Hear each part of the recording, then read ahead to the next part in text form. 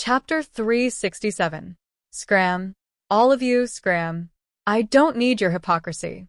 What master? You said it for my own good, but didn't you all want to kill me, and you were? Now, all of you have nothing to worry about. You has been exiled. How can my poor you endure the bitter cold in the west? Yun Songshue clutched her chest as she smashed and cursed in the room. The things in her room had already been changed twice. Yunba had to listen to her curses every day, so he simply moved to another courtyard under Uncle Yun's persuasion and wasn't in the residence these days. Yun Songshue became even angrier when she saw that her father was avoiding her. She thought back to when she was still unmarried. Her father doted on her, and her two elder brothers obeyed her every word. However, ever since she married and gave birth to Tang Yu, and her husband unfortunately died in battle, she didn't have a single good day. She also didn't want to marry again. She spent all her thoughts on her only son, Tang Yu. His domineering and cowardice were all good in her eyes. Third miss. The servant girl's voice was shut outside the door. Yun Songshue's eyes were red with anger. She said fiercely, "Every one of you wants to drive us mother and son to death. I won't let you have your way. What do you mean by letting you learn a lesson? It'll be good for him. If it's really good, why don't you let that wretched girl surnamed Yun go? In the end, isn't it because our surname isn't Yun? That wretched girl surnamed Yun has the same thoughts as her wretched mother. They're both very cunning. They keep saying that they don't want to acknowledge their ancestors, but in reality, they want nothing more than to take over the entire Yun residence." Yun Songshue rambled on and on. Unknowingly, the servant girl outside also quieted down. She only cared about cursing and even forgot to light the oil lamp in the room. She was tired from cursing and remembered that she hadn't eaten or drunk anything in the past few days. Her body felt weak. She was about to call for someone when she suddenly heard a soft laughter in the darkness. The laughter was very light and short, disappearing in a flash.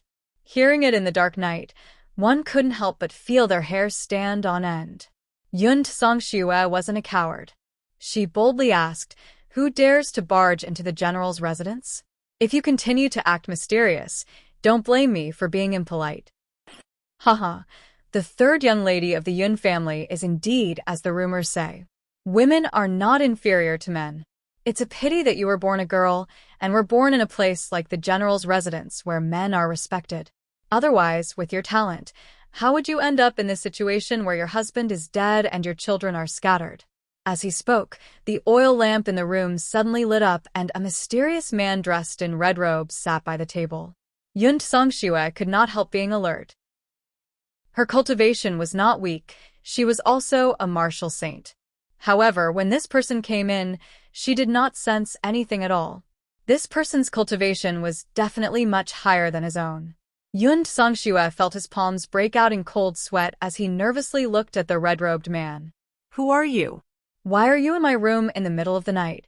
Yun Songshue originally wanted to ask for help, but she remembered that Yun Ba and her second brother Yun Songlong were not here. Even if the other guards came, they might not be a match for this red-robed man. When she thought of this, and recalled what that person had said earlier, she calmed down. "Third young lady Yun, you are so forgetful. You were the one who invited me here. Have you forgotten about the blood hand invitation?" The red-robed man unhurriedly took out an invitation. When she saw the invitation, Yun Songshue felt her scalp go numb. "You are one of the blood hand tycoon's men?" Yun Songshue looked at the man's clothes and recalled some rumors about the blood hand tycoon on the mainland. She already understood that this man was one of the blood hand tycoon's men. In order to protect you, Yun Songshue did not hesitate to find the blood hand tycoon, hoping to use them to attack the Wolf Fong hunting corps. However, she did not expect that Yun Sheng would appear midway. Now that the case had been solved and Yu had been exiled to the bitter cold lands in the west, why would the Blood Hand Tycoon appear again? Yun Ba had also been on guard against the Blood Hand Tycoon.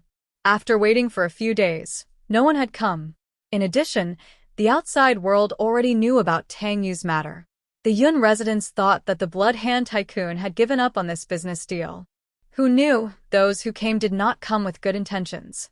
Yun Songshua knew that the arrival of the Blood Hand Tycoon tonight was definitely not a good thing.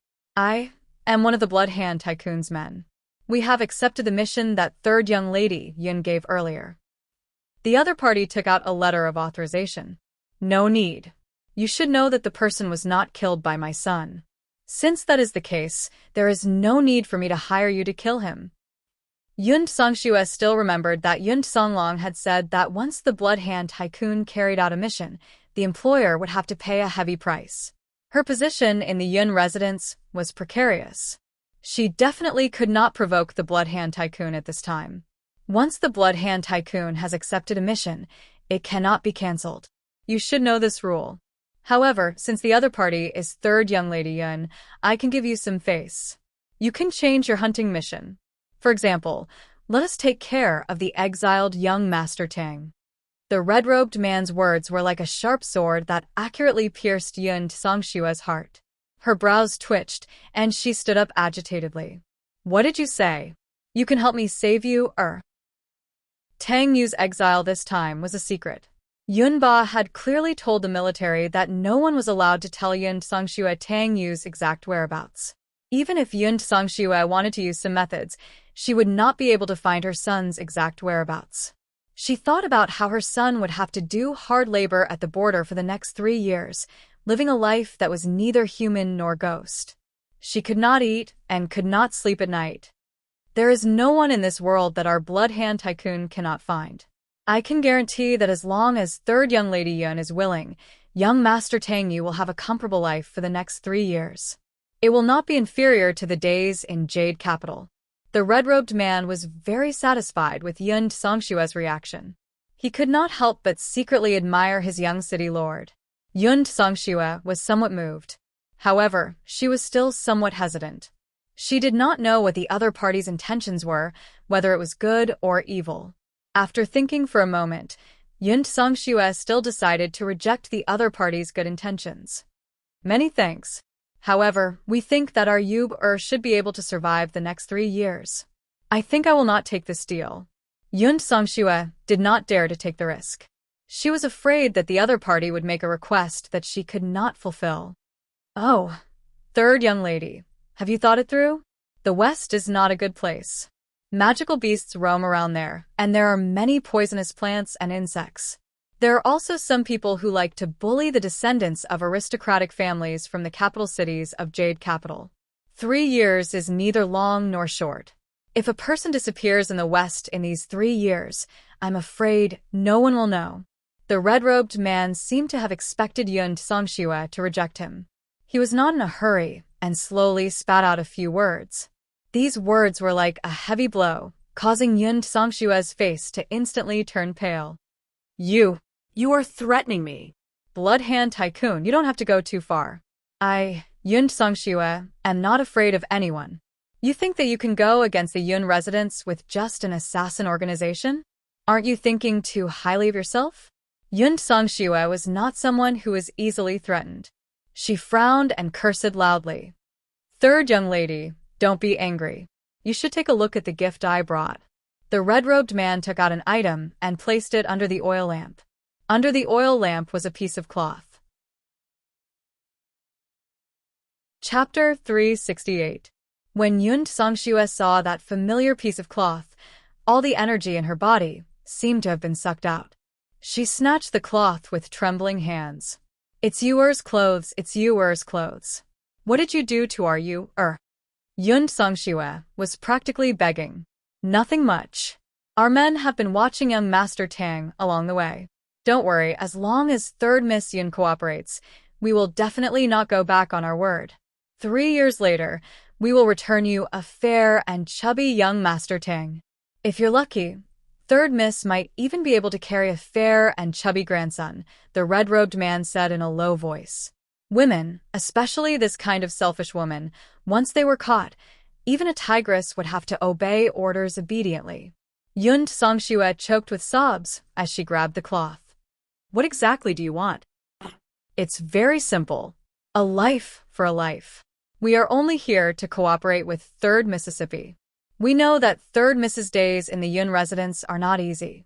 Our master has always admired a heroine like Third Miss, so he wants to help Third Mississippi. After the red-robed man finished speaking, he took out a medicine bottle and placed it in front of Yun Songshua.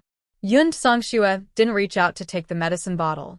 She stared at the bottle in fear, as if it contained something that could eat people. What is the meaning of this medicine? Third young miss doesn't need to know what this medicine is. Third young miss only needs to add a little of this medicine to old General Yun's food every day. The red-clothed man's voice was very kind, but the things he said were very vicious. What? You want me to poison him? Poison my biological father? Yun Songshua was so frightened that she took a few steps back. She didn't expect that this time she would really do as her second brother said. She actually lured this group of demons into the general's residence. Third Miss, you have to know that a son is much more important than an old man. In old General Yun's heart, you and young Master Tang's weight can't be compared to his biological granddaughter. If you continue to hesitate, by the time that female magician enters the Yun residence, there will be no place for you and young Master Tang. The red-robed man pushed the bottle forward. Besides, this medicine isn't meant to kill the old general. Otherwise, if the Medicine Emperor Pavilion investigates, you won't be able to escape. Don't worry, once this medicine enters a person's body, it won't leave any traces. Yun Songshua's heart was constantly struggling. Third Miss, if I remember correctly, back then, the Yun family's eldest young master and his wife had a falling out with old General Yun because of your snitch. In a fit of anger, they left the general's estate. If that little girl knows the whole story, how do you think she'll treat you and your son? The red-robed man spoke again. Yun Songshua felt her entire body turn cold. She was tongue-tied. She never thought that there would be a third person who knew about what happened back then. Who are you? How did he know about these things? Other than my father and I, there definitely won't be a third person who knows about what happened back then. Yun Songshua's face was completely drained of blood. The Blood Hand Tycoon was too frightening. They were all-pervasive. They even knew about the most secretive matters. No, she definitely couldn't let this secret leak out. Yun Songshua unconsciously touched her neck. The mark left by the strangulation had already been healed by her with the best quality ointment. However, that suffocating feeling of being unable to live or die was still there. Every night, Yun Songshua would recall the scene of her being forced by Yun Sheng. No one was around to help her as she walked step by step towards the ancient banyan tree. If that wretched girl knew the truth, she definitely wouldn't let her off. All right, I promise you. Yun Songshua no longer struggled and took the bottle of medicine. Third Miss Yun is indeed a smart person. Don't worry, young Master Tang will definitely be safe in our hands. You only need to wait for old General Yun to return and add this medicine to his meals every day. The red-robed man left with a satisfied expression after achieving his goal. The door opened, and the man disappeared like a ghost. The room was empty, and Yun Songshua felt an unprecedented fatigue. She held the bottle of medicine and said blankly, "You can't blame me. She forced me. If you didn't want to take away everything I have, why would I do this?" After a few days, Yun Ba returned to the residence. Everything in the residence was the same as before. Although the incident this time greatly affected the Yun residence's reputation, it also eliminated a group of people who were hiding in the Yun residence. There were fewer people in the residence, but correspondingly, it was also a lot quieter. Yun Ba called for Yun Songshua's maidservant. "How is Third Miss? Is she still making noise these days?" Yun Songshua's maidservant respectfully replied, reporting to Master, "Third Miss was crying nonstop a few days ago and refused to eat. However, the day before yesterday, she got up and stopped making noise. She even asked where Master went and said that he would immediately tell her when Master returned." That child Songshua, why was she still unwilling to give up? Yun Ba couldn't help but frown. He had exiled Tang Yu this time, so that he could train in the bitter cold of the Western region. Although the Western region was desolate, it was also the place where the trusted subordinates that Yun Ba had nurtured in his early years were stationed. Once there, those people would definitely not make things difficult for Tang Yu on account of the Yun residence's past kindness. Yun Ba had just entered the main hall when he saw his daughter Yun Tsangxue walk over. "Father, you're finally back." Yun Tsangxue had a smile on her face and looked like she had walked out of the shadow of the Tang Yu incident. She even held a bowl of chicken soup in her hand. "Daughter made some of father's favorite chicken soup. Come and try my cooking." Seeing Yun Tsangxue's completely different attitude, Yun Ba couldn't help but be surprised. He had always understood his daughter's temper, and Tang Yu was her precious treasure. He had thought that she would make a fuss for at least a few months, but who would have thought that she would recover in just a few days? "Father, why haven't you sat down yet? Are you still angry at Shui-er?" Shui-er has also thought things through these past few days. "It was all my fault in the past. I spoiled you, and allowed him to run amok and harm so many people." As Yun Tsangxue spoke, she placed the bowl of soup in Yun Ba's hands. Yun Ba did notice that Yun Tsangxue's fingers were trembling as she held the bowl of soup. A trace of fear flashed through her eyes. "Shui-er, it's good that you've thought things through. Actually, I've always doted on you the most out of the three of you. Yu-er's incident can also be considered a lesson. He will be back in 3 years. When the time comes, I will get a job in the military for him. You can rest assured." Yun Ba saw that his daughter's attitude had changed for the better and then looked at the chicken soup that had been delivered.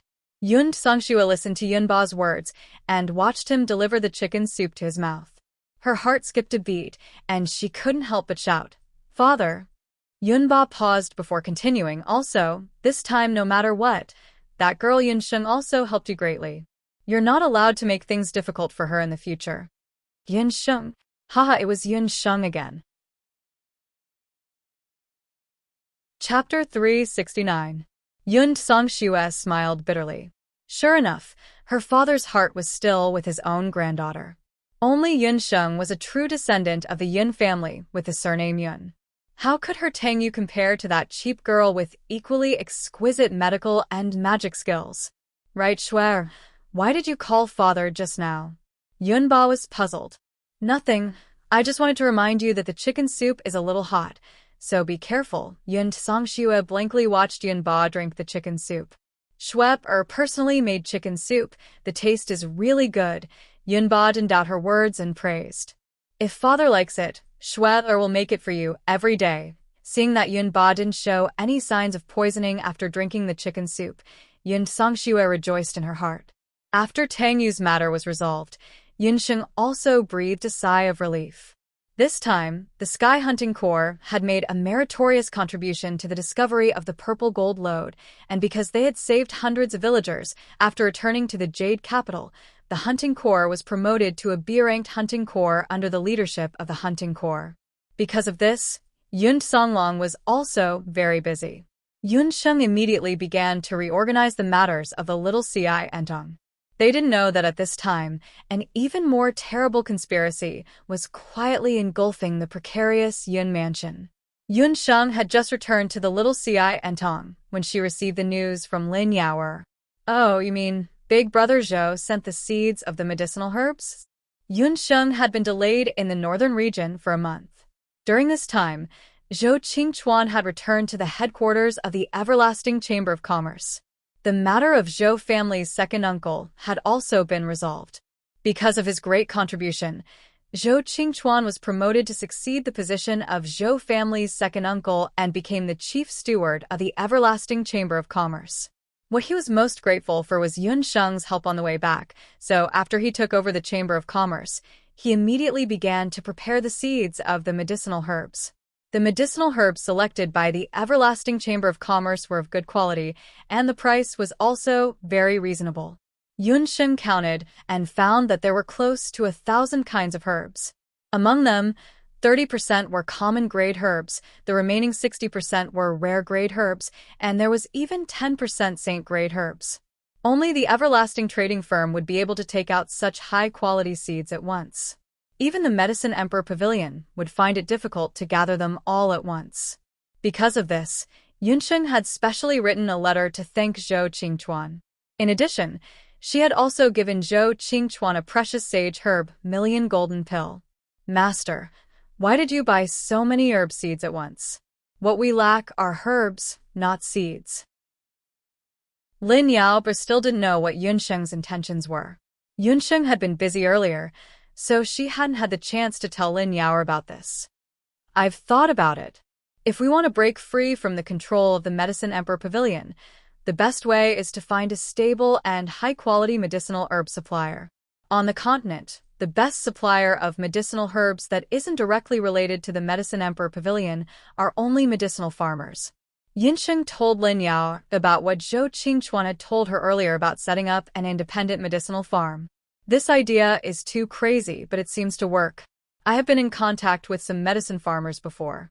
Most of them are very simple. Lin Yao had followed Yunsheng for more than half a year, but from time to time, she was shocked by her master's shocking way of thinking. But wouldn't it take too long to support a village and specialize in growing medicinal herbs? How much money do we need to invest? If the little CI Antong can't provide us with pills and medicinal herbs, I'm afraid it will soon close down. During this period of time, when Yunsheng was away, the medical hall only sold magic potions. Thanks to GMO, the magic potions he refined were sold to some magicians. This was how the medical hall was barely able to maintain its livelihood. However, Zhou State was, after all, a country of martial artists. Martial artists were willing to use magic potions, so only selling magic potions wasn't a long-term solution. It's fine. Others need a year to grow medicine, but we only need half a year, or even less. Yunsheng blinked her eyes. I've already asked around. There's a village on a mountain not far from the Jade capital. I'll take you there tomorrow. Oh, right, called GMO over. The next day, Yunsheng woke up early. She hired a carriage and selected some medicinal herb seeds suitable for growing in the vicinity of the Jade capital. Then, she called Lin Yao and GMO and set off together. Sitting in the carriage, Yunsheng saw that GMO was sitting upright and still, not saying a word. This GMO was really a good employee. She had already heard from Lin Yao that during her absence for more than a month, GMO got up early and went to bed late every day, refining magic potions, taking care of the medical hall's medicinal field. There were even a few times when GMO helped her father, Yun Songhai, take care of the magic array. This kid was good at everything, but his skin was thin. It was said that when he saw a female guest, his face would blush for a long time. According to Lin Yao's incomplete statistics, GMO spoke no more than 5 fingers a day. If it weren't for the words she said when she hired him, Yunsheng would have suspected that this kid was a mute. GMO, thank you for this period of time. Dr. Fan doesn't understand magic potions, but thanks to you, the medical hall can continue to support itself. Yunsheng sincerely thanked him. It's what I should do. I was invited by Miracle Dr. Yun. Moreover, I wasn't the only one who did the work. The ancient magicians also came to help. GMO's expression remained unchanged. In front of Yunsheng, he was neither servile nor overbearing.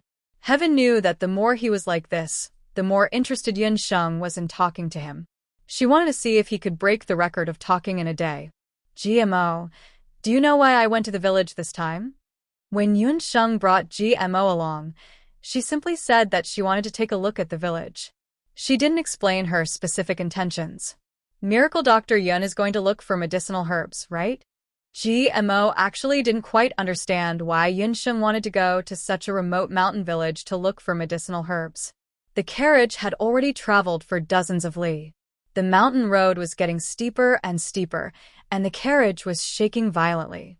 The surrounding scenery was also getting more and more desolate. GMO remembered that there shouldn't be any villages in the vicinity that were rich in medicinal herbs. You're right. We're here to look for medicinal herbs. To be more precise, we're here to look for a place where we can grow medicinal herbs. As Yunsheng spoke, the carriage had already turned into a difficult mountain path. Guest, the road ahead is not easy to walk on. The carriage can only go up to here. The coachman poked his head in. The carriage stopped at the foot of a mountain that was more than 1,000 meters above sea level. In front of them, There was only a mountain road that could only accommodate 2 people walking side by side. Other than animals like mules, the carriage really couldn't go up. It's not a problem. Uncle, take this money and stay at the foot of the mountain for the night. Come back tomorrow afternoon to pick us up. After Yun Sheng finished speaking, she lightly floated and was already on the mountain road. GMO also got off the carriage. He saw that on the mountain road, Yun Sheng was wearing an emerald green dress. Her facial features were picturesque. She was looking at the village on the mountain with a faint smile on her face. She was very suitable to wear green. GMO seemed to be attracted by Yun Sheng's expression. After not seeing her for a month, she had become stronger again. Chapter 370. You two, get ready. We still have a stretch of the mountain path to walk. It will be much easier to use magic along the way. Yun Sheng had already started moving. She had the protection of the wind spirit, so it was very easy for her to use wind magic. As she walked, her speed was much faster than the average warrior. On the other hand, GMO was walking at a steady pace while Lin Yao lagged behind. Yun Sheng had no choice but to support her with the levitation spell. It took half an hour for the 3 of them to reach the middle of the mountain. As a magician, your stamina is pretty good. Yun Sheng looked at GMO and saw that he was calm and did not show any signs of fatigue. Lin Yao took the meditation water from Yun Sheng and drank it in one gulp. Only then did she feel that the magic elements in her body had recovered a little. I'm from the mountains. When I was young, I often walked the mountain paths and practiced. GMO said vaguely.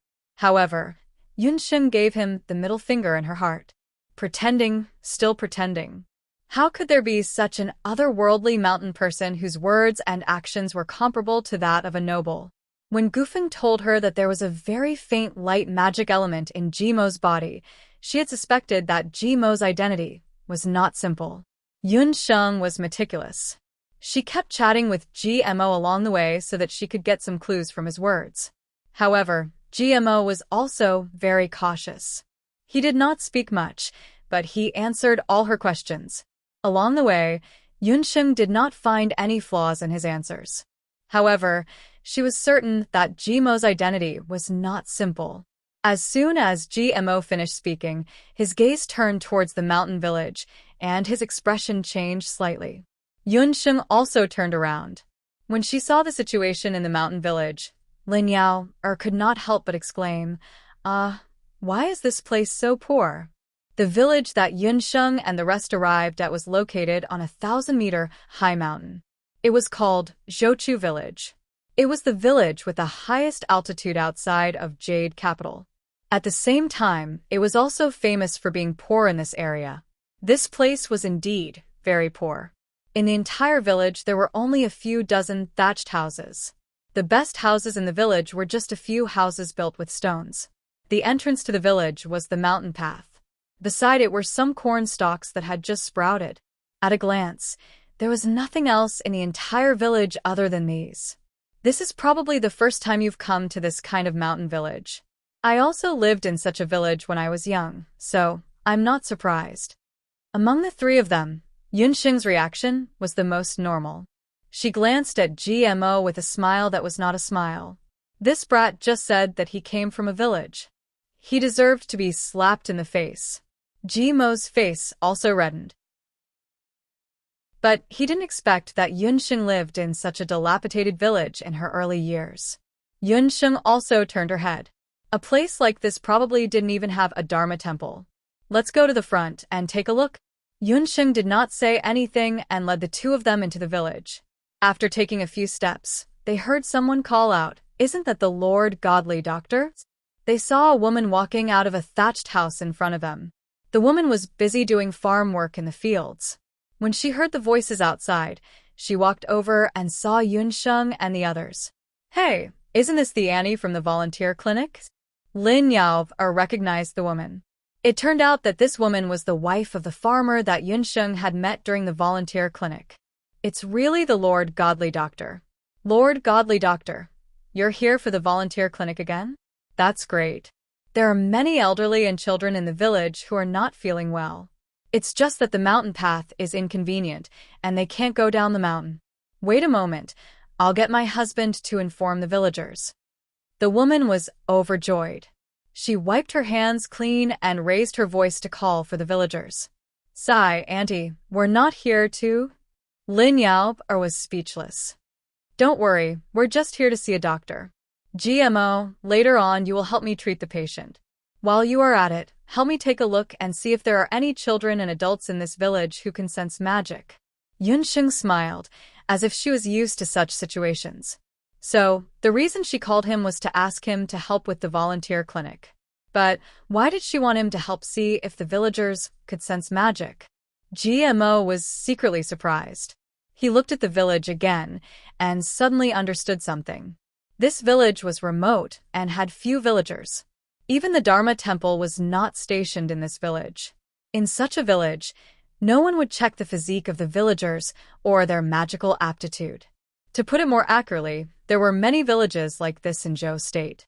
This was an empty area between the martial arts centers and the Dharma temple. All the villagers here, what a good Yunsheng. She actually wanted to snatch people from the Dharma temple and the martial arts center?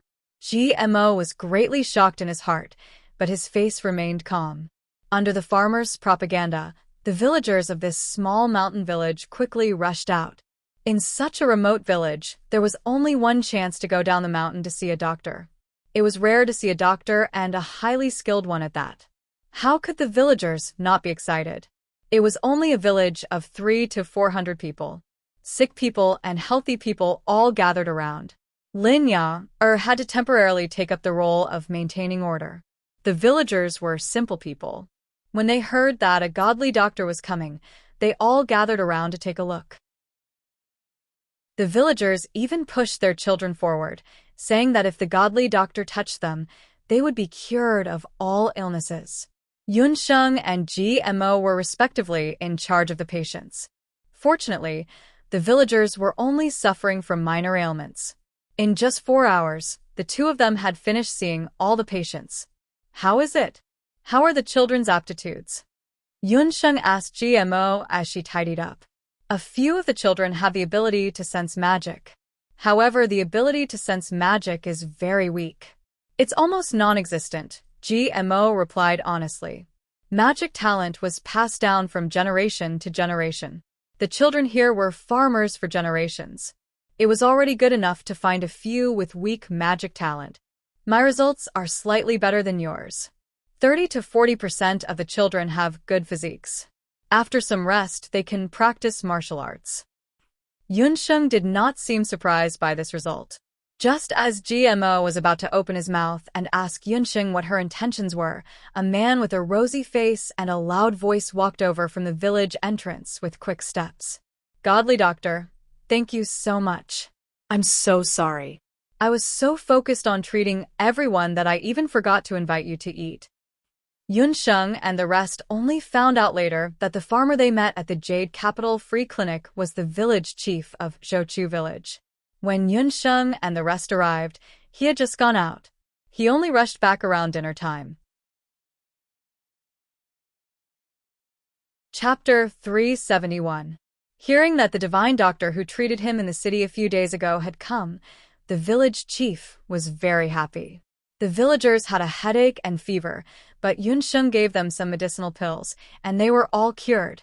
They were very grateful to Yunsheng and little Xiantong.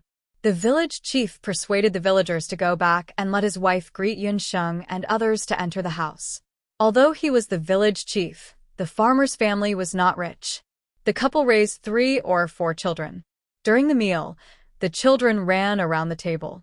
They were very curious about the new guests and wandered around Yunsheng and GMO. Especially GMO. He didn't speak since he entered the house. However, those children liked him very much and kept pestering him to play with them. When the village chief saw this, he was very embarrassed and scolded the children a few words. It doesn't matter. I didn't have any brothers or sisters since I was a child. Let them play. GMO motioned the village chief not to mind. He didn't speak much. At first, he was a bit nervous, as if he had never encountered a situation where he played with children. No one knew GMO's mood now. When he was a child, because of his extraordinary talent in magic, he spent almost all his time practicing magic and improving his magic realm. As his reputation as a genius grew more and more resounding in the continent, his fellow apprentices and sisters of the same age as him only dared to look at him from afar with reverence. Over time, he was all alone. It was only when UG and UMO appeared that things changed a little. But because of the identity of the two brothers, they have always been respectful to him, which made him less intimate. GMO wanted to play with the children, but he also had to maintain a reserved appearance. All of this fell into Yun Sheng's eyes. Sirs, let's eat. Our village is poor, so we didn't know there were distinguished guests. I'm sorry. While speaking, the farmer woman brought a few pots of porridge in coarse porcelain bowls, a few black and hard cornbread, and a few yellow corn buds that had just been picked. Although it was called porridge, it was actually just a few grains of coarse rice and a lot of water. Looking at the dirty bowl and the stone-like cornbread, even this kind of dinner was already very rare for the village head's children. They only drank the thin porridge in small mouthfuls and looked at the cornbread with eager eyes. Mother had already said that these were for the guests. GMO didn't move his chopsticks. Thank you, Auntie. I'm really hungry. Yun Sheng was very straightforward. She didn't hesitate and ate in big mouthfuls. She opened her hand and picked up the cornbread. She divided it into several portions and handed it to the envious children. Lin Yaoer also learned from Yun Sheng, eating and sharing at the same time. GMO was slightly taken aback and hesitated. In the end, he imitated Yun Dasheng and the others and began to eat and drink in large mouthfuls. He did not care about the dirty rice bowl and the coarse grain at all. To GMO, this meal was something he would never forget. After dinner, the woman coaxed the children away, leaving Yun Sheng and the others to discuss the matter of the herbal field with the village head. Lord Miracle Doctor? You mean you want to grow herbs in our village? The village head thought that he had misheard. Zhouchu village was located in a remote area and the roads were poor. Although the soil was considered fertile, there was a certain amount of labor in the village. However, due to transportation issues, the things in the village could not be transported down the mountain, and things at the foot of the mountain could not be transported up. What if I have a way to solve the transportation problem? Yun Sheng smiled. She had already seen the soil in the village. The soil here was very suitable for growing a rare herb called sea buckthorn. This herb could be sold for 5 silver coins per kilogram in the market. Lord Miracle Doctor, is what you said true? The village head's face was full of disbelief. You'll know when night falls. Yun Sheng deliberately kept him in suspense and did not continue. After dinner, Yun Sheng and Lin Yao accompanied the woman to chat. GMO stood alone at the entrance of the village and looked at the steep hills. The night sky was dotted with stars. What kind of person was she? When alone, GMO restrained his indifferent aura in front of others. Although his slightly pale face was ordinary, under the night light, there was a layer of soft light. What are you thinking about? Yun Sheng walked over and stood beside GMO. I'm thinking about you. GMO paused slightly, as if he was frightened by his own bold words. I'm thinking about how you can solve the transportation problem here. In fact, it's not just a transportation problem. You know that it's not easy to grow sea buckthorn. The villagers here are all farmers. They don't know how to grow such a precious herb. It's difficult for ordinary people to grow it. However, it's different if it's a magician. Yun Sheng's gaze also looked into the dark sky. However, unlike GMO, she liked to look for a little bit of stars in the dark sky, looking for a little bit of light. Magician? You mean? A thought flashed through GMO's mind. He thought about what Yun Sheng did earlier. Then he thought about it. You might not know, but magic can also be used to grow herbs. The effect of the basic earth thorns is 10 times better than ordinary soil. In the dry season, you can use the rain gathering spell. In the cold season, you can use fire magic to create a greenhouse. The herb field I want is a magic herb field. I want Zhou Chitsuan to be the first in Zhou State to use magic to grow herbs. Yun Sheng's voice was very low, but when her words fell into GMO's ears, it was very shocking. In fact, using magic to grow herbs was not the first thing Yun Sheng thought of. The Temple of Dharma also used magic to grow some precious herbs. However, no one dared to use magic to grow herbs in an ordinary village without a single magician. If someone else said this, GMO would just laugh it off. However, Yunsheng had the ability to do so because she had a high-grade magic potion, the Moon God's Praise. It was a magical potion that could allow ordinary people to become magicians immediately. Even though the Temple of Dharma found the best magic apothecaries and used all kinds of magic materials, they did not have any clues about the Moon God's Praise in the past year. In the boundless continent, only this female magician and healer in front of him had such a magical potion. It was no wonder that she wanted him to check the children's bodies to see if they had the ability to sense magic. No matter how weak the ability to sense magic was, as long as they drank the Moon God's Praise, they could immediately become magicians. Children had the best learning ability. As long as she taught them basic magic, Zhou Chutzgen would have its first batch of magicians in a few days. This speed was too terrifying. GMO could almost see that in the near future, Zhou State would have a batch of talented magicians. And these people were all nurtured by this girl, who was not even 10 years old. Chapter 372. Although he was usually calm, his palms were already sweating. He knew that this was a serious matter and he had to report it to the temple as soon as possible. But what would happen if the temple found out? With Yunsheng's personality, she would never give in to the temple's pressure. Then, the only thing left to do was to kill her. There were many geniuses on the mainland who were killed before they could grow up. Beside him, a faint smell of herbs drifted over. Yunsheng looked up at the sky, her dark eyes filled with starlight. GMO, do you prefer day or night? Yunsheng had not seen such a beautiful starry sky for a long time. It was said that it was lonely at the top, but only at the top could one see the purest starry sky. GMO blurted out almost instinctively, of course it's day. Only when there is light everywhere can one see the beauty of this world. But I like the night because after the night comes the day. Yunsheng turned around and smiled brightly.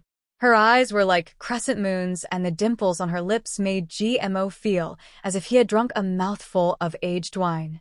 Warmth flowed from the bottom of his heart to his brain, and his heartbeat quickened. At that moment, only the two of them were left in this world. He couldn't help but rejoice that it was night, and Yunsheng would notice his abnormal expression.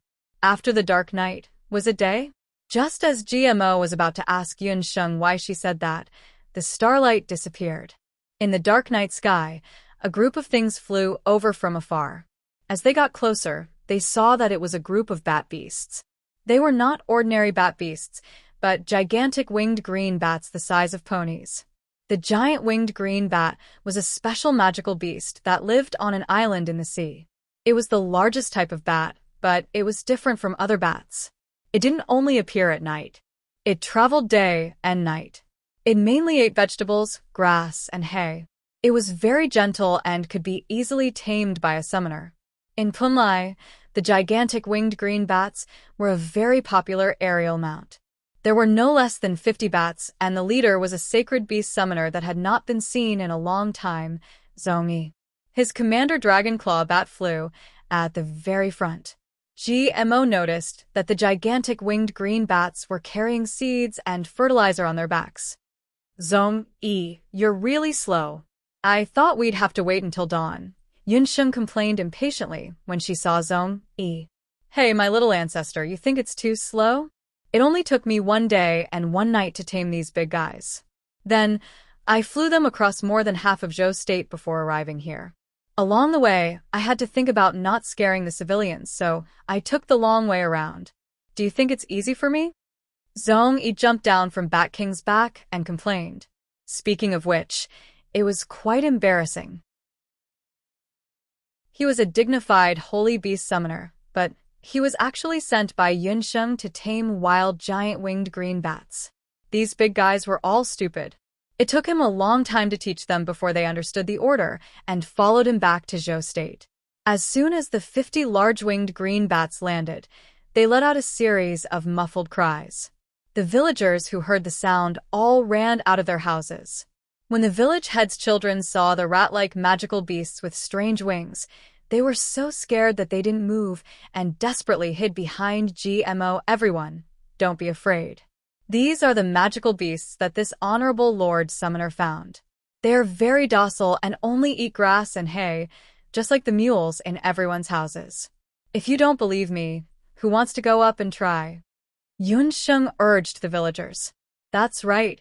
These level 4 giant winged green bats were the special magical beasts that she had found to transport medicinal herbs. With these gentle green bats with amazing flying abilities, she would be able to solve the transportation problem of Zhouchu village. It really won't bite. The village head's youngest daughter, a 4-year-old girl with a ponytail, walked out, her big eyes blinking. She grabbed a few stalks of hay from her shed and walked in front of a green bat. As soon as she reached out her hand, the starving green bat, which had been flying for a whole night, came up to her and ate all the hay. Perhaps sensing the little girl's fear, the green bat didn't forget to use its large wings to pat the little girl's shoulder. The stiff hairs on the green bat's wings pricked the little girl's tender cheeks, itching and numbing. The little girl immediately let out a giggle. "Father, I like this big guy. Let's raise it?" Hearing their little sister's words, the village head's boys also jumped out with a whoosh. They were all very brave and all walked over, either climbing or touching the green bat, having a lot of fun playing with it. When the other villagers saw this, they also dispelled their fear and all gathered around the green bat, discussing nonstop. Seeing this scene, Yunsheng smiled. When GMO saw this, it was as if a huge rock had been thrown into his heart, the ripples spreading wider and wider. Magical beasts and humans had always been irreconcilable, but she had managed to do it. The sky gradually darkened. Yunsheng and the village had decided to discuss the planting of sea buckthorns tomorrow morning. The villagers gradually dispersed, leaving only GMO standing outside the house. The air in the mountain village was especially fresh. After the flock of green bats, the night sky also regained its tranquility. However, GMO's heart was increasingly unsettled. He was originally an extremely intelligent person. He felt that no matter who or what could escape his pair of eyes. However, Yunsheng's appearance and her completely unpredictable actions made GMO, or rather, Xia Wenxiu, unable to get over it for a long time. That's right, this sorcerer called GMO was the young and precocious person from the Dharma Temple, Xia Wenxiu, who made the entire magical world tremble in fear upon hearing his name. A few months ago, he accompanied his master, Elder Siming, to the Jade capital to help the Zhou state's royal family survive a calamity. However, it was at that time that the appearance of the moon god's praise high-grade magical potion, as well as the appearance of the sacred elixir, Sage Herb 1000 Golden Pill, made the Dharma Temple, which had always been calm in handling matters, somewhat flustered. Su Heir, in the past year, the growth of your cultivation has slowed down. I have calculated for you that you will encounter a great calamity in the next few years. This calamity, I have calculated, is closely related to the fate of the Zhou state's royal family. You don't have to follow me back to the Dharma Temple. Stay in the Jade capital for the time being. At the same time, find out about the origin of the sorcerer who refined the moon god's praise. Remember, no matter what the situation is, you cannot go against the will of heaven. When Elder Siming left, he only warned Xia Wenxiu these words. Just like how a doctor does not treat himself, Xia Wenxiu, who had the ability to predict the future of others, could not predict his own fate. Therefore, he stayed. Xia Wenxiu investigated for a while and finally found the little Ci Antong.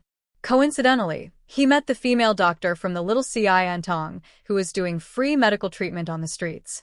However, what he did not expect was that the female sorcerer, who was equally outstanding in the field of magical potions and ancient medicine, was actually the little girl he had met once. However, time flew by, and 2 years had passed. Her appearance had changed, but her temper was still exactly the same as before. Chapter 373. After the free clinic, Xia Wenxiu accidentally saw the recruitment notice of the little Antong. With Ji Mo's identity, he lied for the first time in his life and entered the little Antong. His original purpose was to investigate the creation of the tribute of the moon god. However, after a long time, he felt that his original intention had changed. Just like today, when he found out about Yun Sheng's daring actions, he should have immediately reported it to the temple. However, when he thought that if the temple knew about Yun Sheng's existence, it was very likely that they would kill her, or even make him do it personally, he felt a throbbing pain in his heart. As for the villagers, their earlier happiness and the changes that were about to bring to the village would all come to an end. Until the sun rose in the east, GMO was still unable to release the magic crane that reported the news. With a flick of his hand, the magic crane shattered into pieces in the air. Without saying a word, he walked into the thatched hut. Yun Sheng's temperament had always been impetuous. The next day, she brought the village chief and told the villagers that she wanted to contract the village to plant medicinal herbs. When the villagers heard that they could plant medicinal herbs that cost a few silver coins per caddy, they were all overjoyed. Every household was very enthusiastic, and every household received 10 caddies of medicinal herb seeds. In addition, Yun Sheng also chose 20 children from the village. Of these children, 10 of them were between 4 and 10 years old, and they more or less had some magic sensing ability in their bodies. The other 10 had very good physiques, and Yun Sheng planned to send them to the Wu Profound Limitless School to undergo the most basic martial arts training after washing their marrow and bones. After everything was ready, Yun Sheng brought the children down the mountain. The preparations for the first magic herb farm went smoothly. Yun Sheng refined dozens of bottles of the tribute of the moon god at the foot of the mountain. What surprised her was that, other than one child who failed, most of the children successfully became magic spell warriors. Among them, there was even one who was a dual elemental mage. The remaining 8 were mostly fire, earth, and wind elemental mages. Yun Sheng was overjoyed and immediately began to teach these children the most basic meditation and basic magic. In just half a month, 9 mages who knew basic magic were formed. If the people from the Royal Magic Academy were to find out about this, they would probably vomit blood. Yun Sheng then asked the zone personality to bring the children back to the village. The planting of the sea buckthorns had also started successfully. Seeing that the moon god's praise was so effective, Yun Sheng also tried using it on the sky hunting group. But when the effects came out, Yun Sheng was disappointed. She had used a total of 50 bottles of the praise of the moon god, but only 5 of the adult soldiers of the hunting squad had successfully become magic warriors. This disappointed Yun Sheng. It seemed that although the praise of the moon goddess was mysterious, it was best used on children under the age of 12. However, she still decided to specially train these hunters who were both magicians and warriors. In this aspect of training, Yun Sheng directly grabbed Yi Baiming and brought him over to train this group of special hunters. You want to train them to be dual elemental mages? Yi Baiming raised his eyebrows. He had never rejected Yun Sheng's requests. In Zhou State, there were not many people who knew that Yi Baiming was a dual elemental mage. If it were anyone else, Yi Baiming would have killed them immediately. But since it was Yun Sheng, he could not reject her. I can help you train them, but I want 10 of them. Also, I have a request. Since these people are handed over to me, no matter what they become in the future, you can't ask about it. Yi Baiming's words made Yun Sheng shudder. Actually, ever since Yun Sheng disappeared for no reason, Yi Baiming already felt that there was a need to train a group of personal guards for Yun Sheng. He could not be by Yun Sheng's side all the time. Therefore, a group of personal guards that belonged to her and that Yi Baiming could trust at the same time was especially important. The number of people is not a problem. But what exactly do you want to do? Yun Sheng always felt that the longer she spent with Yi Baiming, the less she understood him. I want to train them to be magic warriors. Yi Baiming smiled and did not want to say more. Yun Sheng did not ask any more questions. After a few days, she gathered enough warriors and mages and handed them over to Yi Baiming. This group of magic warriors disappeared without a trace. Yun Sheng did not have any news about them. It was not until later, when Yi Baiming handed over the 10 personal guards to Yun Sheng, that Yun Sheng knew what magic warriors were. At this time, Zhou Quan also went to look for Yun Sheng. Young Master Yun, we have already searched the entire Jade Capital. We have also been monitoring the Lotus Garden that Miss Xian Pei mentioned for a long time, but we have not found any red-robed man. Zhou Quan and the rest were still searching for Xian Yu's murderer. This case had already been closed by the authorities and was classified as murder. However, there was no clue as to the murderer. Zhou Quan also did not understand why this young master was still so persistent in finding the murderer, since Tang Yu had already been exiled and cleared of the crime. Yun Sheng naturally would not tell Zhou Quan that she suspected that the red-robed man was related to the Grand Emperor city. After all, the entire purpose of this matter was to destroy the reputation of the Yun residents. In addition, Xian Mimi had previously said that Xian Wuji did not return to the Grand Emperor city, but went to the Jade Capital. Yun Sheng had already searched all the inns in the Jade Capital, but did not find Xian Wuji's whereabouts. As such, there could only be two reasons. One was that Xian Wuji had already left the Jade Capital. The other was that Xian Wuji very likely had a residence in the Jade Capital. Therefore, the soldiers of the Heaven Extermination Hunting Corps could not find any clues about him. After all, the Grand Emperor city was rich and imposing. It was very normal for them to have residences in the capital cities of various countries. The Grand Emperor city and some important people in Zhou State must have a certain connection. Xian Wuji's original plan had been thwarted by Yun Sheng. No one knew what he would do next. As time passed, the uneasiness in Yun Sheng's heart grew stronger. She had a feeling that something was going to happen, but she could not find any clues. Vaguely, she felt that some conspiracy was about to happen. However, the enemy was in the dark while she was in the light. She really had no way of finding Xian Wuji. The more it was like this, the more Yun Sheng felt the importance of having her own personal bodyguard. Oh right, young Master Yun, you were busy with the medical center earlier. I haven't told you yet. Zhou Quan recalled something. He told Yun Sheng that after the purple gold mine had collapsed, they had found a special kind of ore when they were cleaning up the scene. Zhou Quan ordered someone to take a piece of ore. This ore was the one that Yun Sheng had used the lightning to blast open the abnormally hard wall. Chapter 374. That day, after Yun Sheng used the magic lightning vortex to blow up the strange wall, she entered the geocentric smelting cave.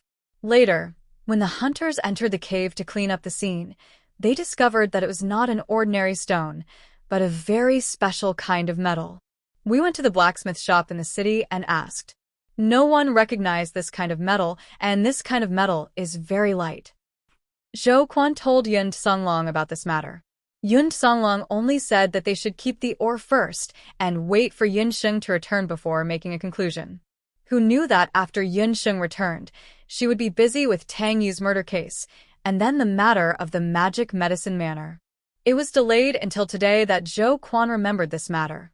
When Yun Sheng heard this, she could not help but feel a little strange. She also knew that the wall was not an ordinary thing. After all, it was a magic wall used to seal Bayan. It was very likely that it was left behind by the powerful magician who suppressed by an earlier time. Yun Sheng looked at the stone left behind by the shattered wall and found that it was just as Zhou Quan said. The stone of the wall was very light, but its density was very astonishing. No weapon could pierce through it. We also asked the biggest blacksmith shop in the city. They couldn't refine this kind of ore. Zhou Quan found someone to count the number of pieces of this kind of ore. There were about 100 pieces. Yun Sheng asked Zhou Quan to bring the ores over. After putting the ores into the beast language ring, Yun Sheng came to the magic tower of the Imperial Magic Academy. One of the conditions for her to leave the Imperial Magic Academy to go to Wushuan Everlasting School was to be able to continue using the magic tower of the Imperial Magic Academy in the future. With her current skills, a simple earth meld spell was enough for her to evade the school guards and arrive at the magic tower. It's you. The old magician in the magic tower recognized Yun Sheng. When he saw Yun Sheng's magic scepter, his half-closed eyes couldn't help but open. It's only been a year, and your magic realm has broken through again? The old magician had stayed in the magic tower for a long time and had seen countless students and mentors, but it was the first time he had seen someone like Yun Sheng. He remembered that the last time Yun Sheng came to the magic tower, her magic cultivation was only that of a magician, but now she was already an archmagus. To be precise, she was a peak great magician. He could sense that Yun Sheng was about to break through to master magician's cultivation. Yes, Sir Old Magician, I came here today to practice, and also to ask you about something. Yun Sheng knew that many mentors would enter the magic tower to refine equipment. The old magician has been guarding the magic tower for a long time, so his knowledge shouldn't be comparable to an ordinary magician.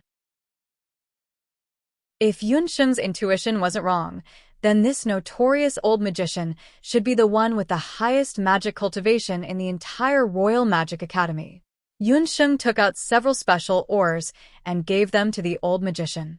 When he saw the pieces of ore, the old magician's eyes flashed with a glimmer of light. But immediately after, the old magician retracted his gaze and sized up Yun Sheng. His gaze lingered on Yun Sheng's forehead for a few more times. Little girl, I'm really envious of your good fortune. The exquisite beast tower was taken by you, right? When the old magician spoke, Yun Sheng's heart slightly froze. It seems that the old magician has already discovered the secret of the exquisite beast tower's theft. No need to panic. That exquisite beast tower is a treasure that can only be obtained by a fated person. Since it is fated to be with you, you can take it. As for the ores in your hands, they are hellfire ores. You are the master of hellfire, so these ores can be used to refine magic equipment. After the old magician finished speaking, he returned the ores to Yun Sheng. Hellfire ores? After the old magician's reminder, Yun Sheng came to know that hellfire ores are a very special type of ore. It is neither a stone nor a metal. It is a type of magical ore formed during the process of sealing hellfire. Sir Old Magician, can you tell me how to refine this type of magic ore? My companions have already tried various methods, but they were still unable to melt it. Yun Sheng respectfully asked. Her humble attitude attracted the old magician's goodwill. He pondered for a moment. Little girl, how about this? I will tell you the origin of this ore, but I also have a presumptuous request. The old magician coughed a few times to cover up his embarrassment. He is even older than Yun Sheng's grandfather.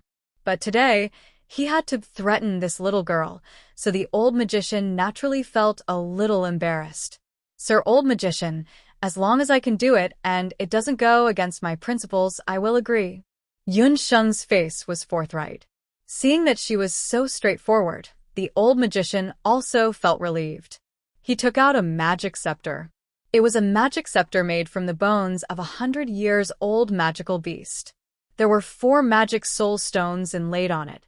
It seems that this old magician who was guarding the magic tower was really an expert at the level of a Saint Magus. This old man wants you to help me refine this magic scepter. The old magician's magic scepter looked like it had been around for many years. It seemed to be about the same age as the old magician. Generally speaking, the magic scepters of the boundless world could be eliminated, especially for some powerful magicians. After they broke through the level of a master magician, they would choose to eliminate the magic scepters they used in the early stages and choose a more advanced magic scepter. Yun Songhai also had the same idea when he chose the bewitching bone scepter for Yun Sheng. Yun Sheng looked at the magic scepter and was a little puzzled. Sir Old Magician, this magic scepter is too old. Even if it is repaired, it won't be very useful. You should change it. No, I'm not afraid that you will laugh at me. This magic scepter was found by my late wife together with me. It has been with me for 70 years. My age is about the same, and I don't intend to change it. When the old magician spoke of his late wife, there was a touch of indescribable tenderness in his eyes. To the old magician, this magic scepter was like his beloved wife who had been with him for many years, but had passed away due to illness.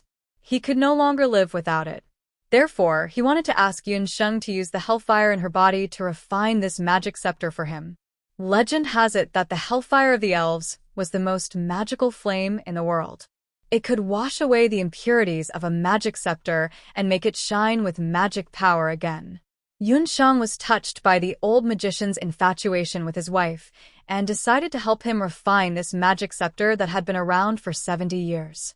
The old magician also kept his promise and immediately told Yunsheng the secret of refining the hellfire organ. It was fate that the hellfire ore fell into Yunsheng's hands. This was because Yunsheng had the hellfire of the elves, the only one on the continent that could refine the hellfire organ. Chapter 375.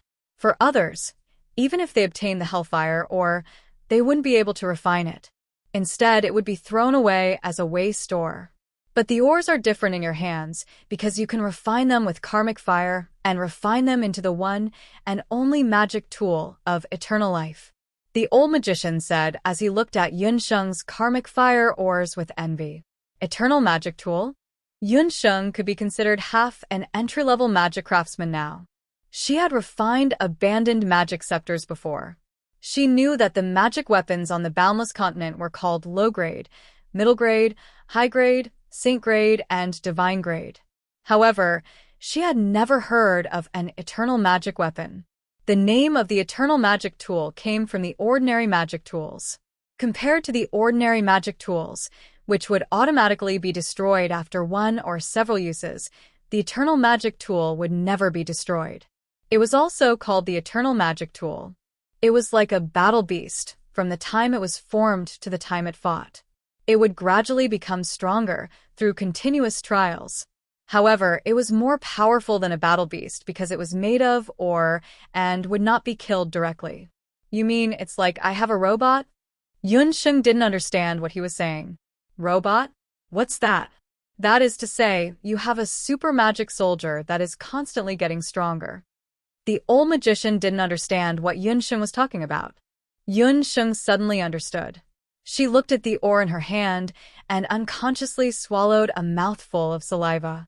She muttered, "It's a pity that I only have a few dozen kilograms of karmic fire ore. If I had a large pile of karmic fire ore, I could refine a super army." This thing was good. If she encountered any life-threatening missions in the future, she could directly send the magic soldier.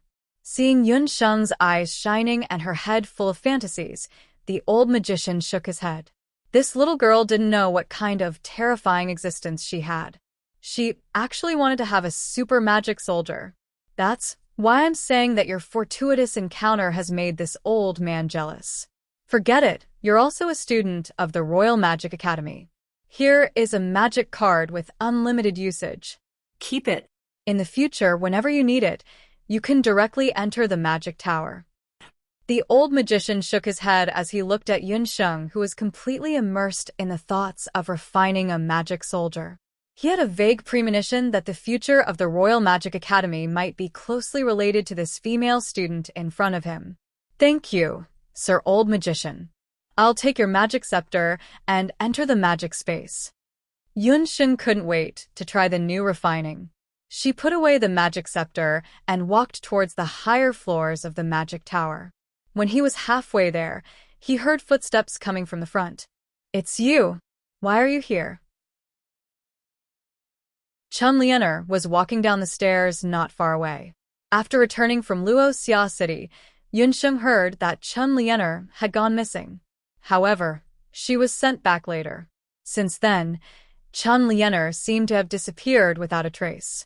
When Yunsheng saw Chun Lianer again, she found that the magic around her was much stronger than before. Master Magician? She actually broke through earlier than the Crown Prince Yibalian? It was true that a scholar who had been away for 3 days had to be looked at with new eyes. Yunsheng found that Chun Lianer's cultivation had greatly increased.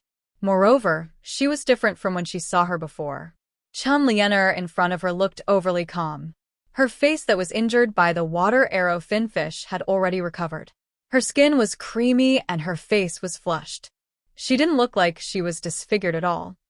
If you can be here, then I can naturally be here too. Don't forget, I'm also a student of the Royal Magic Academy. Yunsheng was still a student of the Royal Magic Academy in name. Chen Liena had no right to prohibit her from cultivating in the magic tower. After saying that, Yunsheng walked forward by herself. When she brushed past Chen Liena, the other party said sinisterly, "Don't be too proud. Your good days with Yi Baiming are coming to an end. When the crown prince ascends the throne, the first person he will kill will be Yi Baiming." Hee, you can say this in front of the Zhou State Emperor. I think the Zhou State Emperor is still in his prime. It won't be the crown prince's turn to ascend the throne for a while. Yunsheng sneered. This woman was also ridiculous. She wasn't anyone related to Yi Baiming. What was the use of saying these things to her? Even if the Zhou State Empire was in chaos, it had nothing to do with Yunsheng. After saying that, she left in a flash. Chen Liena stood in the corridor for a while. She sneered and left the magic tower. The unlimited magic card that the old magician had given Yunsheng could open up any magic space in the magic tower at will. Yunsheng chose a relatively secluded magic space on the 6th floor of the magic tower. She didn't immediately start refining the Hellfire ore. Instead, she decided to upgrade the old magician's magic scepter first. That magic scepter had a history of 70 years. Although the user cherished it very much, there were already a lot of calcified black spots on its surface. Yunsheng chanted. A flame that looked like a hellfire lotus appeared in her hand. The hellfire enveloped the entire magic scepter.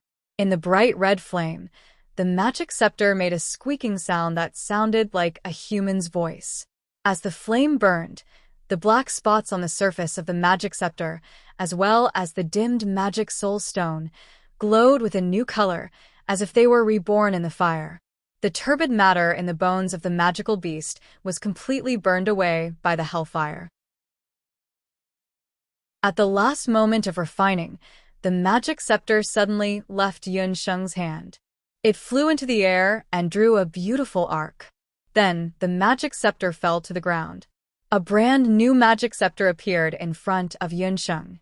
Not only the scepter itself, but even the soul stone was filled with magic power again. She didn't expect the hellfire of the elves to have such a magical ability. Yunsheng couldn't help but think that when she broke through to become a master mage, she must purify her bewitching bone scepter once. After the purification of the magic scepter was completed, the next step was to refine the eternal magic weapon. Yunsheng drank the meditation water first. Then, she took out all the hellfire ore from the beast language ring. Soon, a small mountain of hellfire ore was piled up in the magic space. With so many hellfire ores, she couldn't use hellfire like how she purified the magic scepter just now. Yunsheng chanted. Hellfire explosion.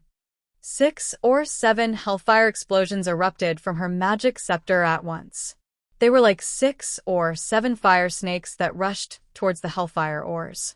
The upgraded version of hellfire had an even more astonishing attack power. As soon as the hellfire touched the ores, it burned fiercely. In the hellfire, the ores that were originally extremely hard gradually softened. This refinement was more difficult than any refinement that Yunsheng had experienced before. As it consumed more magic power, Yunsheng could only continuously replenish the meditation water to ensure that the hellfire didn't go out. After burning for half a day, the size of the hellfire, or that was like a small mountain, had also shrunk rapidly. It turned into a lump of, or paste that was like molten iron. However, what should she refine her magic weapon into? Chapter 376. Yunsheng tried to sketch out the appearance of the magical soldier in her mind, but unfortunately, her imagination was limited in this aspect. After repeatedly imagining Transformers, RoboCop, and so on, she finally had a rough prototype in her mind. Withdraw. Yunsheng clenched her 5 fingers, and the hellfire ore gradually formed the shape of a human.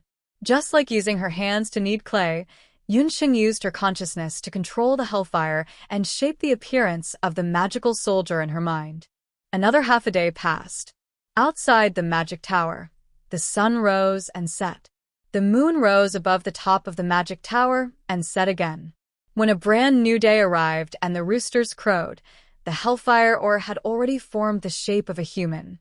Yunsheng also felt a wave of magical power rushing toward her internal organs. Her magic soul released a dazzling light. "I've broken through." Yunsheng immediately sat down cross-legged after witnessing the completion of refining the ore. While Yunsheng was breaking through, the magical weapon refined from the hellfire ore in front of her was also standing there quietly. Yunsheng's breakthrough this time lasted for a full 3 days and 3 nights. From an archmage to a master of magic, it sounded like it was only a magical realm, but its significance was no small matter. This was because only when one became a master of magic could one begin to cultivate high-level magic. Yunsheng had 5 magic souls, but so far, she had not comprehended any high-level magic. Of course, the esoteric magic she knew was actually more powerful than high-level magic. However, the esoteric magic was too precious. It was equivalent to Yunsheng's trump card, so Yunsheng would never use it in front of others easily. What made Yunsheng even happier was that with her breakthrough to a master of magic, the 4th extraordinary tendon in her body had also been opened, and the jade marrow technique had also improved by 1 level. Shenong's pupil had also improved to the 3rd level, and the technique of Trillium Hand had also improved by 1 level. This time, it could be said to be a comprehensive improvement. This had never happened before in her previous breakthroughs. Yunsheng concluded that it was probably because she had frequently refined elixirs and magic potions in the early days. In addition, she had consumed a large amount of karmic fire lotus roots in a smelted geocentric cave, which had accumulated a large amount of spiritual energy in her body. After adjusting her breathing for a while, Yunsheng opened her eyes. She looked at the hourglass she carried with her and found that 3 days and 3 nights had passed. She couldn't help but pat her forehead. "Oh no, I left in a hurry and forgot to greet the people in the clinic. Lin Yao must be worried sick after not seeing him for 3 days." Yunsheng jumped up, and her eyes suddenly fell on a corner of the magic space. Her lips twitched. He suddenly remembered the real purpose of his visit to the Mana Tower. At this moment, the life magic tool she had refined was right in front of her. It's just that she didn't expect that the ores, which looked black earlier, would reveal such an appearance after being burned by the karmic fire. If it weren't for the fact that the magic space was completely enclosed, she really couldn't imagine what was standing in the corner, looking like the 18 bronze men of the Shaolin Temple in the movie. A humanoid figure, naked from head to toe, shining with the dazzling light of purple gold coins, was the eternal magic tool she had spent a day refining. The old magician had also said that these karmic fire ores were originally the best purple gold ores, but because of the seal, they had lost their original appearance. Yunsheng's karmic fire completely melted the karmic fire ores, revealing the purest purple gold ores inside. The golden light was more dazzling than any imperial purple gold coin Yunsheng had ever seen. Yunsheng thought to herself, not to mention whether this eternal magic tool was really as powerful as the old magician said, just its golden body alone was worth a lot of money. Yunsheng thought for a while and gave her first eternal magic tool a rather high-end name. "From now on, you will be called Tyrant Gold." After Yunsheng gave the eternal magic tool a name, she wanted to try it out and see how powerful it was. She didn't know how to control Tyrant Gold, so after thinking about it, she summoned her own magical beasts from the exquisite beast tower. "Puff, my dear master, I haven't summoned Puff for a long time." The puffed egg was still very enthusiastic. When it saw Yunsheng, its first reaction was to pounce on her. Yunsheng had already experienced the strange power of the egg and quickly dodged. Unexpectedly, before Yunsheng could move, a golden light flashed in front of Yunsheng and blocked the puffed egg. The puffed egg flew over, and with a bang, it knocked Tyrant Gold away. The puffed egg also felt that its master's touch was not right this time. It suddenly found that in addition to its master, there was another strange guy in the magic space. Xiao He and the centipede ant general also looked curiously at the golden guy who looked like a human. "That's your new companion, Tyrant Gold. In the future, You will all be companions, so you should get along well. Yunsheng was happy when she saw it. This guy was not bad. It seemed to know how to protect her. The puffed egg not only had amazing strength, but it was also very fast. She didn't expect Tyrant Gold to be able to block the puffed egg.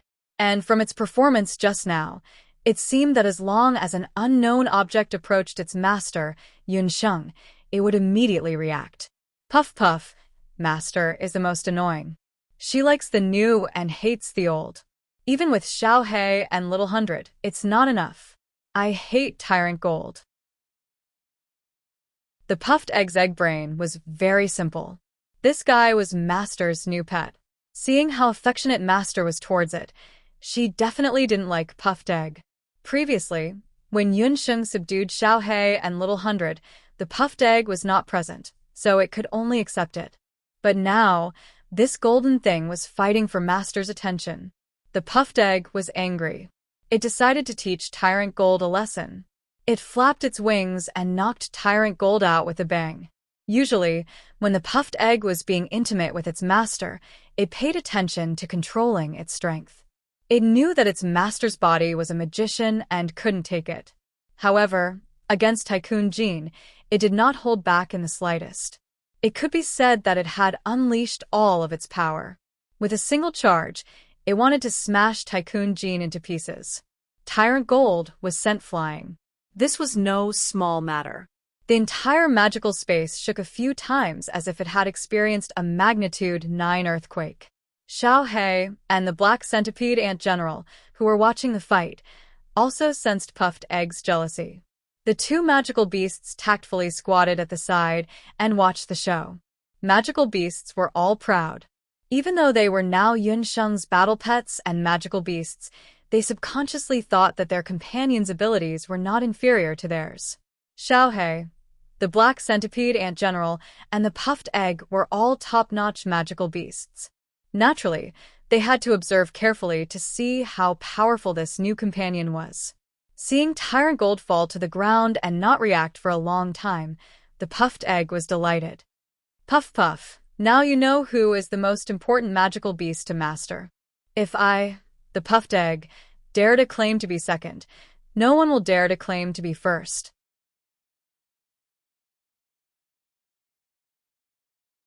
Chapter 377. Puffed Egg said proudly. Just as it finished showing off, Tycoon Jean staggered up from the ground. Although it suffered a heavy blow, it was not injured at all. Puff Puff. It didn't die. Puffed Egg was surprised. It could smash a person into a meat patty. It could not tell that Tycoon Jean had a strong vitality. Tyrant Gold twisted its neck and wrists, but before it could even move, its entire body was already making la-la-la sounds. It sounded like beans being popped.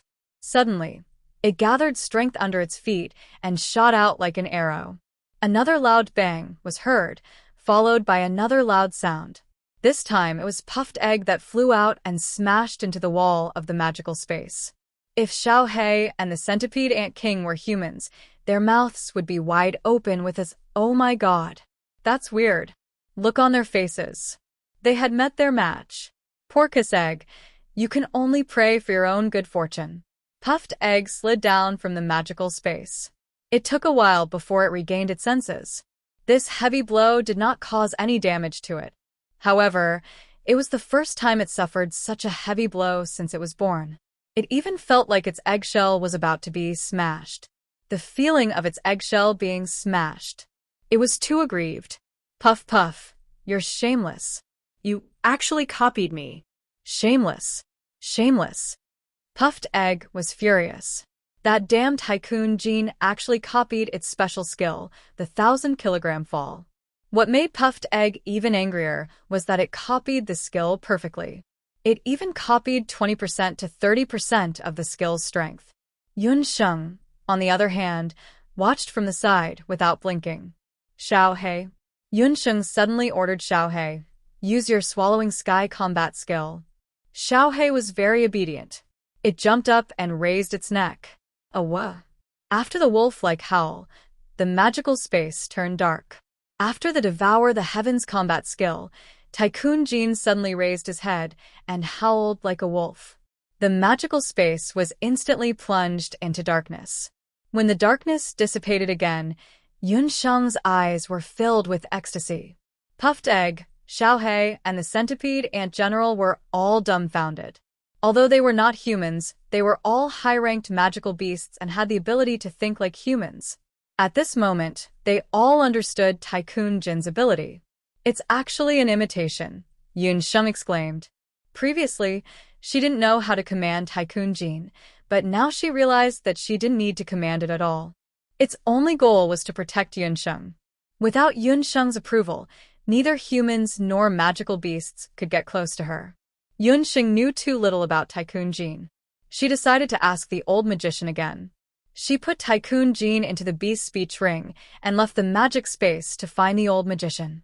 She first handed the refined magic scepter to the old magician.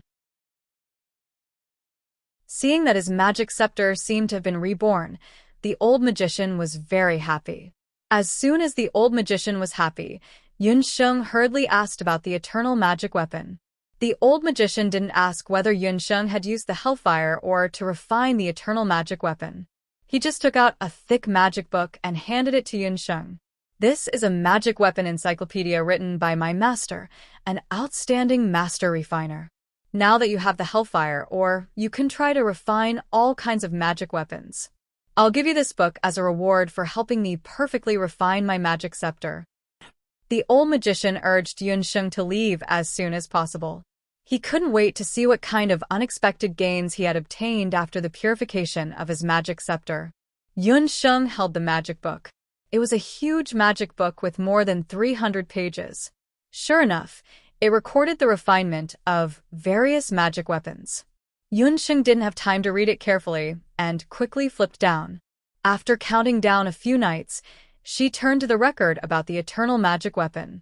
The eternal magic weapon was known as the King of Magic Weapons. It was a super magic weapon refined with the purest magic elements in the world. The eternal magic weapon, because of the different magic power and character of the refiner, the shape of the refined eternal magic weapon was also different. Its shape could be turned into a weapon, a magic scepter, a magic array, or a magical beast according to the preferences of the refiner. Among them, the rarest and most difficult to refine were the humanoid magic weapons. The humanoid magic weapon was also known as the King of Eternal Magic Weapons. When she saw this, Yunsheng's eyebrows jumped. She didn't expect that the Tycoon Jin she accidentally refined was the legendary King of Eternal Magic Weapons. Yunsheng hurriedly continued to read. The King of Magic Weapons. The reason why the humanoid magic weapon was terrifying was that it could learn like a human. Its greatest learning ability was imitation. Because of the appearance of a human, it could also grow like a human. According to the different formation and growth period, it could be divided into 4 types: primary, intermediate, advanced, and super. The power it exerted was also very different. The primary eternal magic weapon, like the current Tycoon Jin, could learn the enemy's combat skills and magic in an instant. Although these combat skills and magic were only superficial, it could only exert 20% of its power at most. The intermediate eternal magic weapon, on the other hand, could improve its combat skills and magic by itself and exert about 50% of its power. When it reached the advanced level, it could exert more than 80% of its power. If it could evolve to the super level, the humanoid magic weapon could even surpass its imitation target and exert up to 120% of its power. Wow. Yunsheng was very excited. That is to say, if her Tycoon Jin could really evolve into a super magic weapon one day, doesn't that mean that it could use the opponent's moves to kill the opponent in an instant? This was very similar to the an eye for an eye in a martial arts novel that Yunsheng had read in modern times, but it was even more terrifying. Earlier, Yi Baiming said that she didn't have a reliable private guard. Yunsheng now found an irreplaceable private guard, that is, Tycoon Jin. Unfortunately, this magic weapon encyclopedia also said that the existence of the humanoid magic weapon was a very heaven-defying existence. It was almost impossible to evolve it all the way from the primary level to the super level. Yunsheng continued to read, looking for a way to upgrade the level of the humanoid magic weapon. The fastest way to improve a humanoid magical artifact is to train it continuously in combat so that it can learn different combat skills and magic during combat. Only through killing and imitating, especially when fighting against high-level opponents, can one continuously make breakthroughs. This point was easy to understand. Just like the modern exam-oriented students, the only way to improve their grades was to desperately do test papers and flood them with questions. Currently, Tycoon Jean was only at the primary level and could only exert 20% of its power. It looked like it needed to be further strengthened. Yunsheng planned to upgrade it to the intermediate level as soon as possible so that it could exert about 50% of its power. Only then would it barely qualify as her personal guard. Finally, Yunsheng thought of a way to upgrade it quickly, and that was through combat. She decided to order Tycoon Jean to go to the various hunter citadels during this period of time. There was only one purpose, and that was to continuously participate in combat and continuously learn other people's combat skills and magic. After closing the Magic Weapon Encyclopedia, Yunsheng left the Royal Academy of Magic. She first returned to the hunter encampment and found Zhou Quan. "Young master, why are you looking for me? Hey, who's that big blockhead behind you?" Zhou Quan glanced at the cloaked figure behind Yunsheng. "Tycoon Jean. Thank you to Book Friends 612 and Ruo Meng for their tips. The newly minted Eternal Magic Weapon Tycoon Jean is a gift to Shuang Piao Hong's tiger-slaying shoes." Excited. Recently, I've been updating 10,000 times. There are 2 more chapters in the afternoon. After a while, there will be more chapters. Please vote. After September, the recommendation votes and monthly votes are pitiful.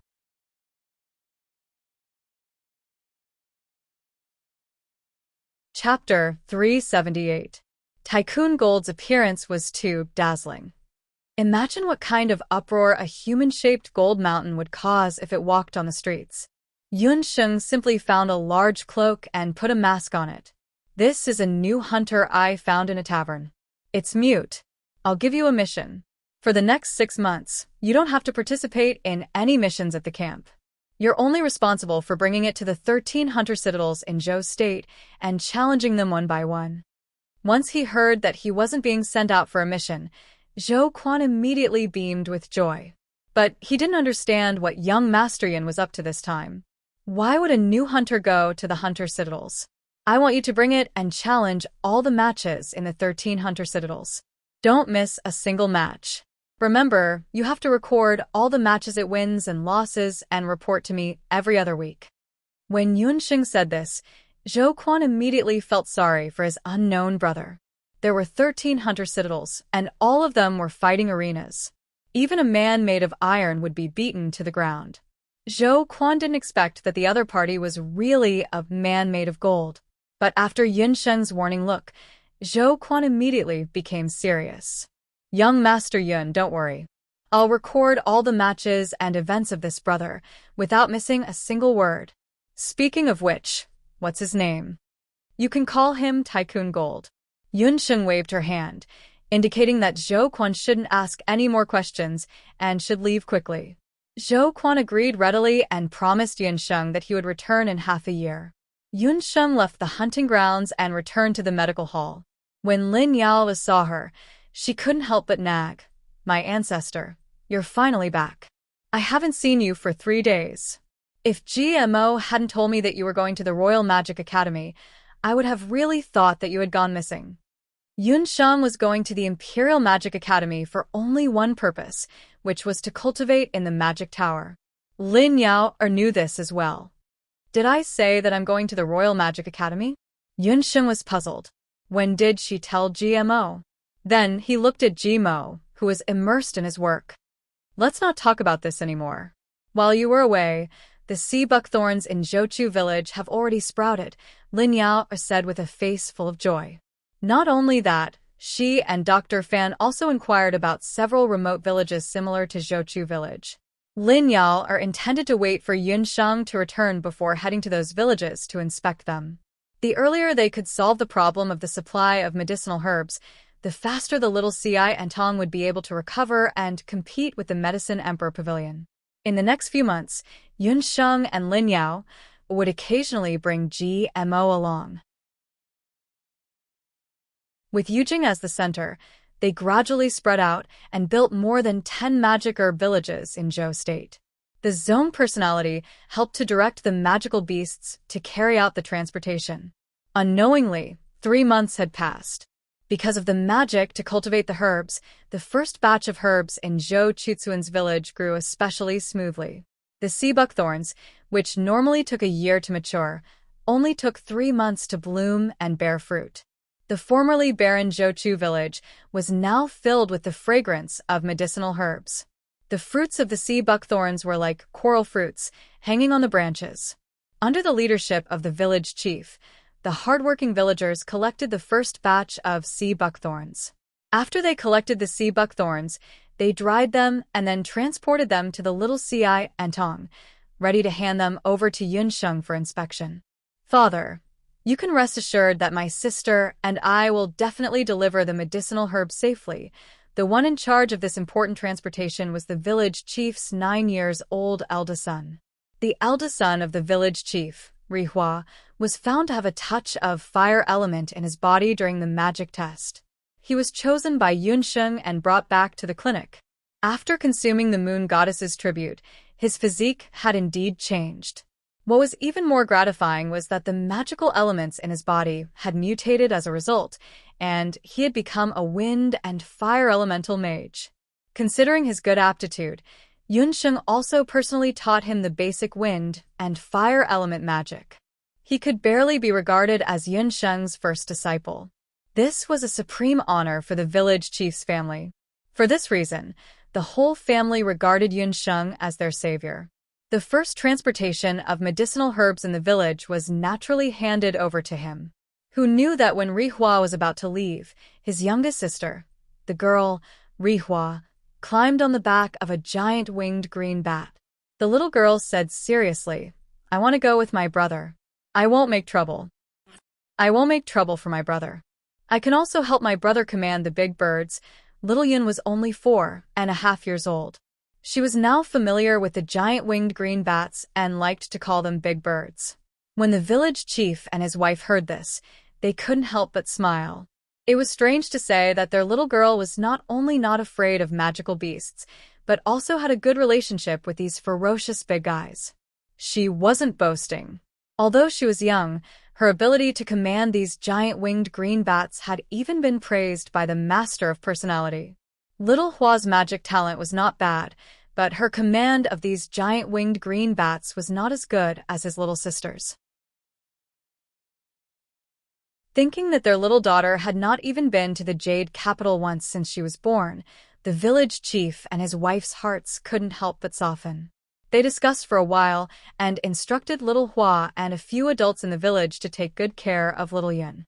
Only then did they let everyone go down the mountain in the daylight. Zhou Chutsuan's medicinal herbs team flew slowly through the air.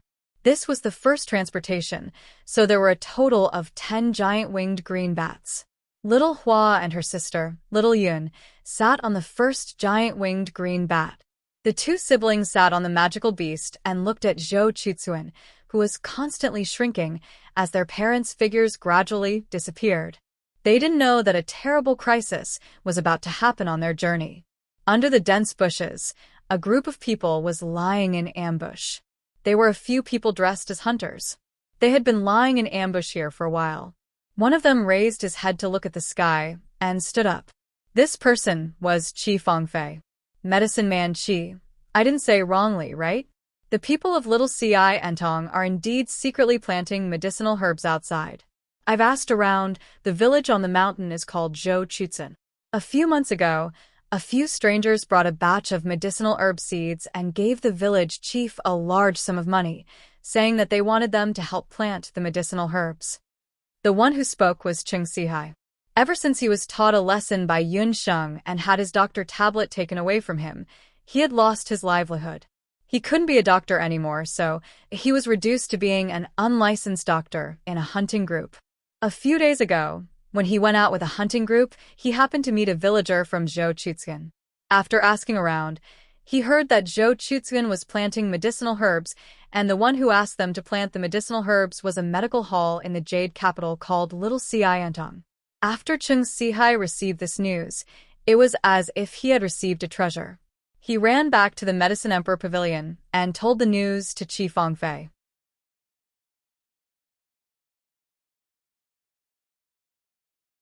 Chapter 379. Since Qi Fengfei was rejected by Yunsheng, she became even more aggressive in suppressing the supply of medicinal herbs to Little Xiantong, but who would have thought that the other party didn't respond? Just as she was feeling puzzled, the news that Cheng Sihai brought back gave her a huge shock. At first, she didn't believe it. Growing medicinal herbs in such a remote village required a lot of manpower and material resources, and transportation was also a problem. Moreover, she had clearly ordered all the pharmacies in the country not to provide high-quality medicinal herb seeds to Little Xiantong. So where did Yunsheng get those medicinal herb seeds from? Qi Fengfei used a lot of means to inquire about the supply of Little Xiantong seeds. It turned out to be the largest chamber of commerce in the Endless Continent, Everlasting Chamber of Commerce. This amazing news made Qi Fengfei reevaluate the strength of Little Xiantong. After all, Everlasting Chamber of Commerce was famous for recognizing money and not people. Even Everlasting Chamber of Commerce could use their influence. The strength of Little Xiantong was far more powerful than she initially imagined. Qi Fengfei didn't dare to take it lightly. She hired Cheng Sihai's hunting corps and ordered them to ambush near Zhou village, but they found an even more amazing secret. Magic herb manner? Using magical beasts to transport the herbs. When she learned these two truths, Qi Fengfei could no longer sit still. She immediately followed the hunting corps and ambushed them on the only way to Jade capital from Zhou village. Qi Fengfei knew that it was impossible for her to directly clash with Yunsheng. Yunsheng had the Yun residence, the Heaven Extermination Hunting Group, and that powerful Saint Beast Summoner behind her. Qi Fengfei patiently waited until she heard that Yunsheng and Zhong Yi were not in Jade capital these days. Only then did she start her plan. She guessed that after Yunsheng's medicinal herbs were cultivated with magic, the medicinal herbs would mature in the near future. Once the medicinal herbs matured, they would be transported down the mountain. At this time, it was the best time for her to take action. After waiting for nearly 3 days, she finally saw the figure of the giant winged green bat. On the back of the giant winged green bat, there were some villagers and bundles of dried medicinal herbs. Even from afar, the quality of the herbs was very good. He must not let Little Xiantong obtain these herbs smoothly, otherwise, the consequences would be unimaginable. Immediately kill this team that is transporting medicinal herbs. Qi Fengfei observed for a moment, and after confirming that there were no abnormalities in the surroundings, she ordered the hunting corps to attack immediately. Kill? But the Chiron are just a bunch of weak villagers. There are even a few children among them. After receiving the order, the hunters were somewhat hesitant. For this ambush, they had prepared a large number of crossbows and arrows. The mages among the hunters had also turned out in full force. However, they did not expect that the other party was just a group of innocent villagers. Just do as I say. Are you afraid that I won't pay? Qi Fengfei said angrily. The hunters looked at each other, but in the end, they did not resist. Since they had received the other party's money, they had to complete the other party's request. Not only that, these hunting troops had to lick the blood of their blades every day. They didn't dare to offend the Medicine Emperor Pavilion. High up in the air, the villagers of Zhou village were still savoring the joy of their first harvest.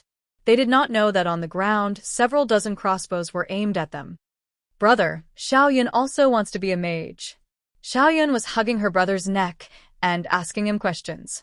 In her heart, a magician like Miracle Dr. Yun was the most awe-inspiring. In the future, she must be like Miracle Dr. Yun. She was beautiful and knew powerful magic. I will. Brother will personally teach Xiaoyun magic in the future. Xiao Hua pinched his sister's nose dotingly. All of a sudden, he became alert. The sensitivity of a wind elemental mage was beyond that of an ordinary person. Xiao Hua heard a slight fluctuation in the air. He looked down, and his eyes suddenly widened. Countless arrows dipped in poison shot up from below. Almost at the same time, all kinds of magic attacks were shot out. Quick. Everyone, immediately command the giant winged green bats to fly past this area. By the time Xiaohua discovered it, it was already too late. A group of hunters who had been through life and death situations shot out countless crossbows and magic. How could a group of villagers withstand it? The giant winged green bats were very ordinary magic beasts. They did not know how to attack, and their defensive power was only average. After being frightened, they immediately threw the villagers off. Help! The villagers fell from the sky like locusts. The herbs flew all over the sky like snow in June. Xiao Yun, hold on to the green bats tightly. Don't let go. Xiaohua panicked when he saw the villagers from the same village being shot by arrows. After all, he was only a 9-year-old child. In a moment of desperation, his mind was blank. There was only one thought in his mind, which was to protect his sister. At this moment, a hidden arrow suddenly pierced his shoulder. Immediately, blood flowed from his shoulder. Xiaohua clenched his teeth and began chanting intermittently. He cast a wind-type spell on the green bat beneath him. I'll fight it out with you. Immediately, a fireball shot out from his magic scepter and attacked the hunters who were lying in ambush below. There's a mage in the team. Kill him immediately. When they discovered that there was a mage in the team escorting the herbs, the hunters immediately targeted the giant winged green bat that Xiaohua was on. Countless arrows and magic spells. In the sky, a rain of blood fell. Xiaoyun listened to her brother's words and lay motionless on the back of the green bat. Under the effect of the wind magic, they staggered all the way to the Jade Capital. In the Jade Capital, around dusk, Lin Yao was counting the income of the day in the little enchanting. GMO was at the side, helping to record the accounts. GMO's brows suddenly tightened. He looked outside the medical hall. He only heard a thump outside, as if something heavy fell. Then there was a burst of crying of a little girl. Lin Yao and GMO hurriedly rushed out. In the sky above the little enchanting, a heavily injured giant-winged green bat suddenly fell. On top of it, there was a little person who was shivering. Xiao Yun, what happened to you? Lin Yao remembered that today was the day when the first batch of herbs was delivered from Zhouchu village. The villagers responsible for delivering the herbs should have arrived long ago. Earlier, Lin Yao was secretly puzzled. Why did they wait from morning to evening and still not see the villagers? Looking at the situation, the villagers had encountered a sneak attack on the way. Sneak attack. Lin Yao's eyebrows jumped. Currently, Miracle Dr. Yin was not in the city. Who could be so despicable? Don't ask first. She is injured. GMO quickly walked forward. Xiao Yun was scared speechless, but she still followed her brother's instructions and hugged the giant winged green bat. Xiao Yun, I am Brother Ji. Don't be afraid. You are already safe. Let go of your hand. GMO's body seemed to be emitting an invisible warmth as he softly comforted Xiao Yun. Xiao Yun was in a daze. She recognized GMO and let go of her hand. Tightly hugging GMO, GMO looked behind her and found that half of the arrowhead had already sunk into her flesh. Damn it, they actually used such a heavy hand on a child. GMO only took a glance and was sure that if the arrow was an inch deeper, Xiao Yun's life would have been gone. This child was really lucky. Even after suffering such a serious injury, she could still come back. Dr. Fan heard the movement outside and rushed out. When he saw Xiao Yun's pale face, he couldn't help but change his complexion. Quickly take the child inside and treat her wound immediately. Otherwise, if the arrow is delayed for an hour, the child's life will not be saved. Yun Sheng was not here, so he had to do it. No, you can't pull out the arrow. GMO, who had always been silent in the medical hall, stopped Dr. Fan this time.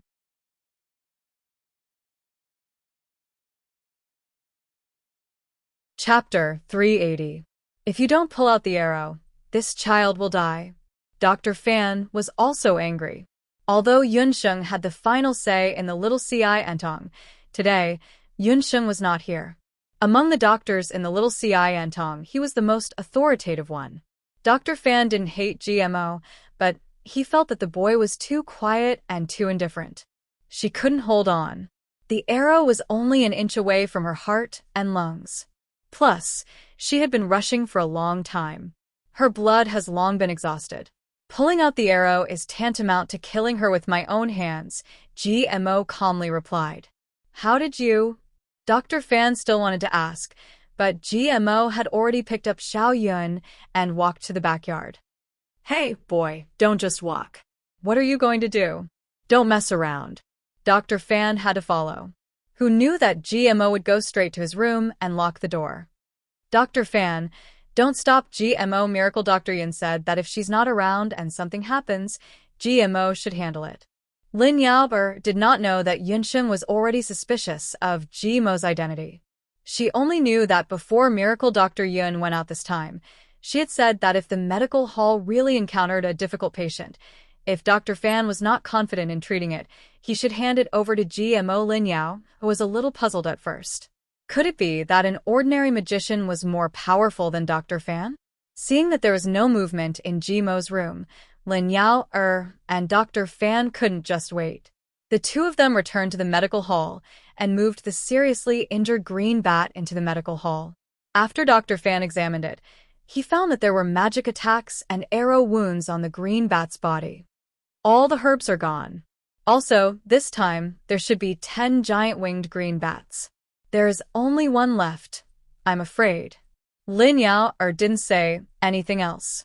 She and Dr. Fan already knew that something big must have happened during the transportation of herbs.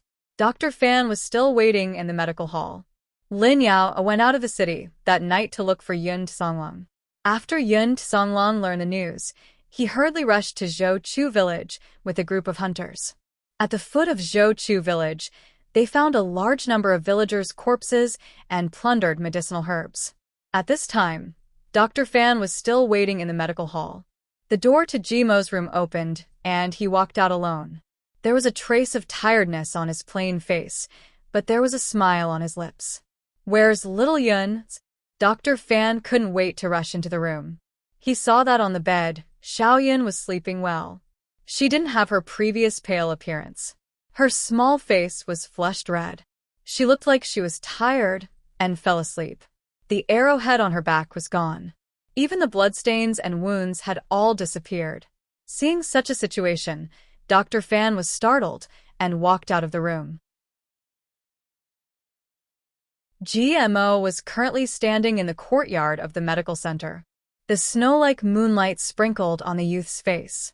His face, which was unremarkable during the day, now had a special charm to it. Who are you? Dr. Fan's expression was dignified as he stared at GMO. That kind of healing method was not something that could be done with ancient medical skills, nor was it something that ordinary mages could do. In the entire continent, there was only one type of magic that could achieve such an effect, and that was light magic. Furthermore, based on Xiao Yun's recovery, GMO's cultivation in light magic was definitely not weak. GMO didn't want to say more, and turned to leave. You're a light mage? You're from the Dharma Temple. Does Sheng know your identity? Dr. Fan questioned. In Dr. Fan's heart, Yun Sheng was still a child, no matter how good her medical skills were. He didn't want anyone with disloyalty to stay in the medical hall. He also didn't want GMO to hurt Yun Sheng, even though he didn't sense the slightest bit of hostility from GMO. Light magicians were generally straightforward and upright people, but even if there was a little threat, Dr. Fan still had to take precautions in advance. GMO was about to answer when there was a knock on the door of the medical hall. Yun Songlong's voice came from outside the room. Dr. Fan frowned. Kid, I don't care where you came from. If you dare to hurt Sheng, Fanji, will be the first to not let you off. Dr. Fan hurriedly went to open the door, but GMO didn't say a word. After a long time, he sighed softly. If it wasn't for the fact that he had no other choice, he also didn't want to be enemies with Yun Sheng. These few months were the happiest days of his life. And his happiness was only because of a certain person's existence. Yun Songlong rushed over with Xiao Yun's father and a few villagers. "Doctor, my daughter, she—" The village chief's eyes were red. He already knew that a group of villagers, including Xiao Hua, had been killed. During the day, he had personally watched his son and daughter leave. He didn't expect that in just one day, his son would die and his daughter would be seriously injured. This kind of result was almost unacceptable to him. He didn't dare to tell the child's mother the news, so he rushed over with a few of the villagers who had been killed. Xiao Yun's injuries have been cured, thanks to GMO. You guys come in first. What exactly happened? Dr. Fan asked everyone to come in. Yun Songlong told Dr. Fan his findings. They carried out a carpet search at the place where the villagers were killed. Because of the sky, their findings were very limited. However, they still found some messy footsteps in the bushes and woods, as well as some abandoned weapons. It was obvious that this was done by a well-trained hunting team. The villagers of Zhou village had always been aloof from worldly affairs. The village had always been poor, and even ordinary bandits were unwilling to rob the village. This group of hunters must have been ordered to do such a vicious thing. Dr. Fan, do you have any clues about this matter? Sheng is not in the city right now, and Master Zhongren is also not here. We must find out the whole story as soon as possible. Yun Songlong couldn't help but blame himself. He also knew that Yun Sheng had been running the magic medicine shop recently. He should have reminded her to be careful. With Yun Songlong's understanding of Yun Sheng, if she knew that the villagers were killed because of her negligence, she would definitely blame herself. Dr. Fan didn't answer, even though he already had the answer in his heart. Let's wait for Sheng to talk about everything. Group leader Yun, I'll have to trouble you to station some hunters in the village and at the foot of the mountain. I'll leave Xiao Yun in your care for the time being. Yun Songlong could only give up. He arranged for Xiao Yun's father and the villagers to rest in the city. He planned to wait a few days for Yun Sheng to return before making any plans. After sending Yun Songlong off, Lin Yao closed the door of the clinic. She still had to rush back to the Imperial Magic Academy. Dr. Fan went to see Xiao Yun again. After confirming that her condition was stable, he left. It was already very late at night, but Dr. Fan didn't rest. He walked out of the clinic alone and walked in the direction of Yujing City. At this time, it was already around the third watch. The sound of the night watchman could be heard on the streets of Yujing City. Dr. Fan walked to the outside of the Medicine Emperor Pavilion.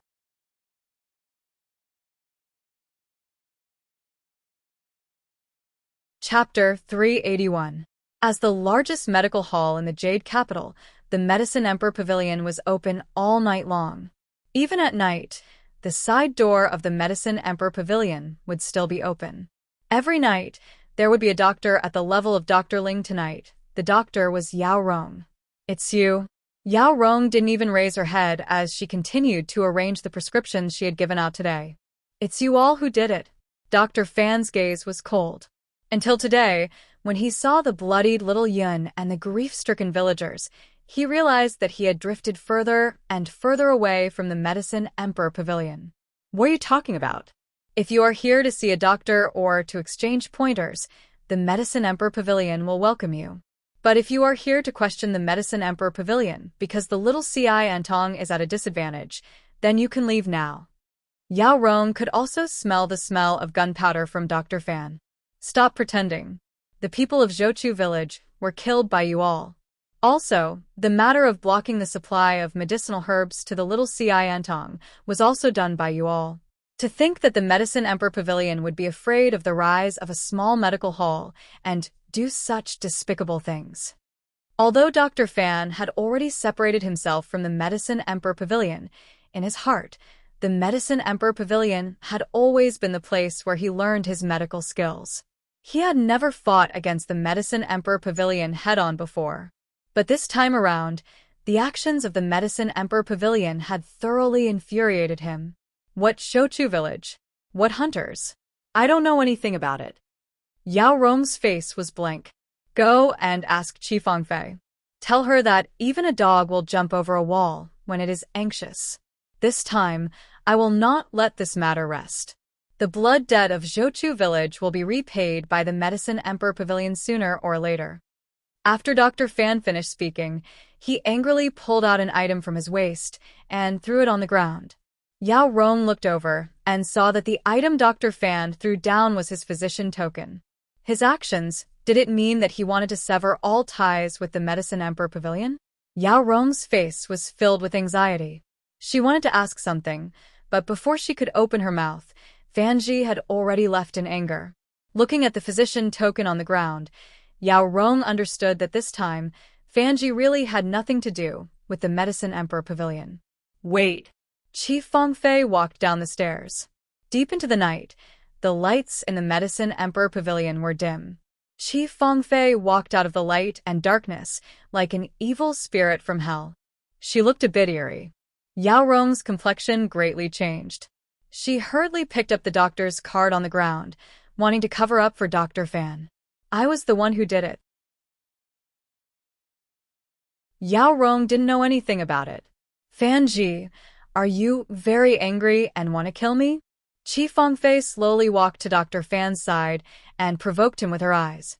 Are you still a human? Are you still a doctor? Xiao Yun's brother was only 9 years old. He fell from a high altitude, and even his bones couldn't be found. Dr. Fan said, while gnashing his teeth. The young Xiao Yun reminded him of his daughter, who had died young. The grief-stricken villagers made him constantly remember the pain of losing his daughter. If you want to blame someone, you can only blame them for working for little Ci Antong. You should know that the status of the Medicine Emperor Pavilion is unshakable. Whoever dares to touch them will die. Also, you have joined forces with Yun Sheng many times to offend the Medicine Emperor Pavilion. Do you think that you can still leave here safely? Chi Fengfei's complexion was sinister as a vicious light flashed through her eyes. Her 5 fingers, which were hidden under her sleeves, emitted a dense green light. Medicine Man Chi, you promised me that you would let him go. Only now did Yao Rong know that Medicine Man Chi had really done something to the innocent villagers. During this period of time, due to the rise of little Ci Antong, Medicine Man Chi had reorganized the Medicine Emperor Pavilion. In the Medicine Emperor Pavilion, if there was any slight disobedience, they would be expelled or even disappear for no reason. The entire Medicine Emperor Pavilion was now in a state of panic. As the 3rd seat of the Medicine Emperor Pavilion in the Jade Capital, Yao Rong didn't dare to speak out. However, she had never thought that Chi Fengfei would be so crazy as to kill innocent villagers in order to keep little Ci Antong in check. No wonder Fan Ji was so abnormal tonight. Yao Rong and Fanji had been practicing medicine for many years with the purpose of healing the wounded and saving the dying. After Fanji left, Yao Rong had been bitterly holding on. She had never thought that Chi Fengfei's actions would completely topple her beliefs. Imperial Physician Yao, I promised you to let him go because he is your man. I promised that as long as he knew his place and continued to be his physician, and you were willing to be loyal to the Medicine Emperor Pavilion, I would let him go. However, he became restless. Not only did he take in an extremely daring lass, he even managed little Ci Antong with her. After all, he is someone from the Medicine Emperor Pavilion and knows too much. I can't let him go. Chi Fengfei suddenly flashed, and a green shadow appeared in her hand. Her 5 claws were incomparably cold as she grabbed towards Dr. Fan's neck. Her 5 claws emitted a cold air. With one look, one could tell that they had been dipped in poison. Fanji, leave quickly. Yao Rong threw herself onto Fanji's body. When Chi Fengfei came down, Yao Rong was already on guard. When she made her move, Yao Rong wanted to protect Fanji. Fanji was still immersed in Chi Fengfei's words. It turned out that he had misunderstood Yao Rong. He thought that it was because she coveted her reputation and was unwilling to give up the generous salary of the Medicine Emperor Pavilion and her reputation as an imperial physician. That was why she was unwilling to leave the Medicine Emperor Pavilion. Who would have thought that everything she did was for him? It was too late for Fanji to regret. Fanji only felt a warmth in front of him. Yao Rong's delicate face was just inches away from him. Before he could see the emotions on Yao Rong's face, Qi Fengfei's hand had already fiercely slapped Yao Rong's body. A terrifying sound of bones breaking was heard. Yao Rong's body shook heavily, and a green cloud immediately covered her face. What a powerful poison! Idiot! Since you love each other so much, I'll let you both die together. After Qi Fengfei's attack succeeded, she did not stop. She would rather lose an imperial physician and kill Fan Ji as well. Suddenly, a strong light flashed. Qi Fengfei's hand that was about to touch Fan Ji bounced back as if she was burned by flames. When she turned around, Yao Rong and Fan Ji had already disappeared. Who is it? Qi Fengfei was flustered and exasperated. She did not even see who the opponent was and save them. This made her very angry. On the street, there was a sound of rapid breathing. Dr. Fan was holding Yao Rong. Before he could react, they had already left the Medicine Emperor Pavilion. He thought that this time, he would definitely die. It's you? Dr. Fan thought that tonight, he and Yao Rong would definitely die. However, he did not expect that GMO would actually save him. The one who broke into the Medicine Emperor Pavilion and secretly saved Dr. Fan and his wife was GMO. At this moment, he had already changed into a set of night clothes. His body was still emitting a dense magic element. Dr. Fan recognized the light magic element at a glance. Ever since Dr. Fan knew about Zhou Chuxian, his expression was not good. Yun Songlong did not pay much attention to it, but GMO, who was at the side, saw it clearly. After Dr. Fan left the Medicine Emperor Pavilion alone, he had been following behind. Only when Qi Fengfei made a move did GMO save them. Dr. Fan still wanted to ask, but Yao Rong, who was in his arms, had already been poisoned. Her face was green, and her lips had already turned dark purple.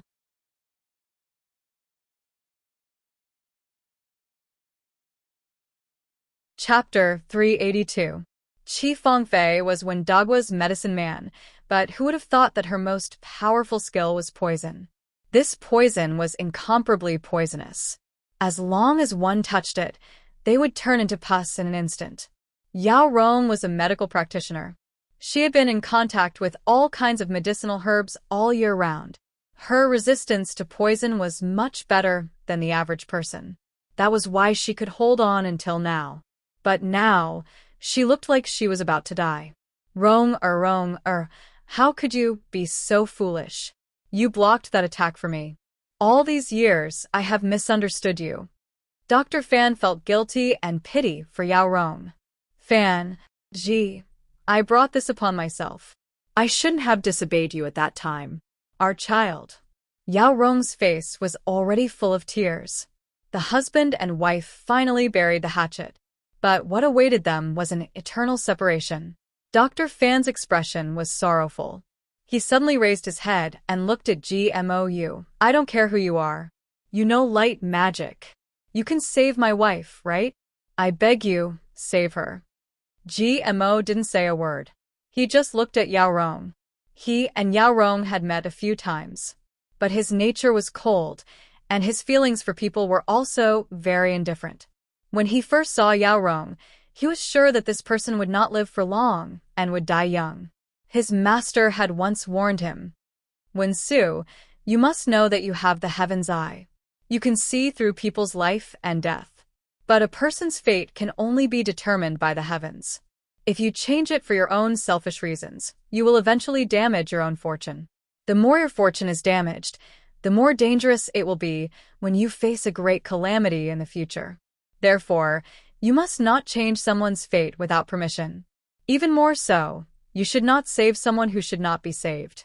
Today, when he saw Xiao Yun because of her appearance, although there was a bloody disaster, she would not die. That was why he saved her. But Yao Rong was different. Her eyes were lifeless and her face was dark. She was about to die. Seeing GMO hesitate, Fan Ji's expression became even more miserable. I'm sorry. I can't save her. Her poison is very strong. I used light magic today, so I can't save her. GMO's words made Dr. Fan feel as if he was struck by lightning. Dr. Fan was also a magician. He knew that every time a light magician used light magic, they would need to consume a lot of magic power. Within a day, it would be very difficult to use light magic twice. I don't blame you. It's all fate. Rome, in this life, I've let you down. Don't worry, in the next life, I definitely won't let you down. Dr. Fan's tears flowed like rain. He held Yao Rong and swayed as he prepared to leave. Wait a moment. Jimo's heart was moved. He didn't know why, but his heart was faintly moved when he heard Dr. Fan's words. It gave birth to compassion in his heart. I can't save her, but I think there's someone who can. Sheng hasn't come back yet. No one can save her. Dr. Fan understood very well. If Yun Sheng was here, maybe there was still hope for Yao Rong. Go find that poison brat. He may not be good at other things, but when it comes to poison, I'm afraid he's even better than Yun Sheng. Jimo's reminder woke Dr. Fan up from his dream. He remembered that there was also a person called Abandoned, who was known as Poison Brat, was indeed an expert in poison. Dr. Fan no longer hesitated. He picked up Yao Rong and rushed to the Wanlong gambling house. At this time, Abandoned should still be in the gambling house. Looking at Dr. Fan, who was running away, GMO seemed to understand. What was the feeling of love? Why would it make people change so much? GMO's reminder was not wrong. After Dr. Fan found Abandoned, he checked Yao Rong's wound. He used Little Qing to absorb most of the poison in Yao Rong's body. After absorbing the poison, Yao Rong's life would not be in danger for a short time. The rest of the removal of the remaining poison was left to Dr. Fan to slowly remove the poison in Yao Rong's body. When Yun Sheng returned to Jade Capital, it was already 7 days later. She and Zhong Yi went out to look for a suitable magic pharmacy. It could be said that it went smoothly. Who would have thought that when she returned to Little Xiantong, what awaited her was the bad news of Zhou Chuxuan and Yao Rong, who was left in Little Xiantong. After knowing the whole story, Yun Sheng's face was gloomy. However, she did not rush to the Medicine Emperor Pavilion to denounce them as expected. Yun Sheng understood that since Qi Fengfei dared to do that, she must have made full preparations. Not to mention that she did not know which hunting corps she hired. Based on her understanding of Qi Fengfei, that woman was very vicious and merciless. She might have already secretly dealt with the hunting corps. As for reporting it to the government, it was even more impossible. Not long after Yao Rong left, the Medicine Emperor Pavilion released a public announcement to abolish Yao Rong's identity as an imperial physician. They even supported Qing Sihai to become the new imperial physician. The Medicine Emperor Pavilion in Jade Capital was deeply rooted. Presumably, they also had many pawns in the imperial court of Zhou State. Are we just going to let it go like this? Also, because of Zhou Chuxuan's matter, the other villages that had promised to help us grow medicinal herbs all went back on their word. Lin Yao was furious. Seeing that everyone's efforts over the past few months and the villagers' blood feud couldn't be avenged, she couldn't wait to kill her way to the Medicine Emperor Pavilion. No, it's the opposite. We can't do it openly, but we can do it secretly. Yun Sheng already had an idea in her heart. She first went to visit Yao Rong and learned that the couple had reconciled. She was very happy for Dr. Fan. Dr. Fan, this time it's all thanks to you. Little Yun's injury is not a big problem. The arrival of Imperial Physician Yao also brought a new force to our Little Xiantong. Yun Sheng couldn't help but make fun of the couple when she saw that they were loving each other. She saw that Little Yun's injury was treated very well, and she almost didn't see any wounds. Naturally, she thought that it was done by Dr. Fan. Dr. Fan's eyes flashed, but in the end, he didn't say anything about GMO. Thank you, Dr. Yun. I will also call you Sheng. I have offended you before. I hope you won't take it to heart. Yao Rong nodded towards Yun Sheng. Ji, go and pour me a glass of water. I am a little thirsty. Yao Rong looked at Yun Sheng and sent Fanji away. As soon as Dr. Fan left, Yao Rong also sat up. The poison in her body had almost been cleared, but her body was still very weak. Sheng, you didn't come here today just to see me, right? Compared to Dr. Fan, Yao Rong was more intelligent. She was able to sit on the third seat in the Medicine Emperor Pavilion. Needless to say, her medical skills were also very good. She could also see that Yun Sheng was not the kind of person who would give up easily. From the previous times when she attacked the Medicine Emperor Pavilion, this time, Yun Sheng would not let the matter of Zhou Chuxun go. Imperial Physician Yao is indeed very smart. You should have already guessed the purpose of my visit. I just don't know, are you willing to help me? Yun Sheng smiled faintly.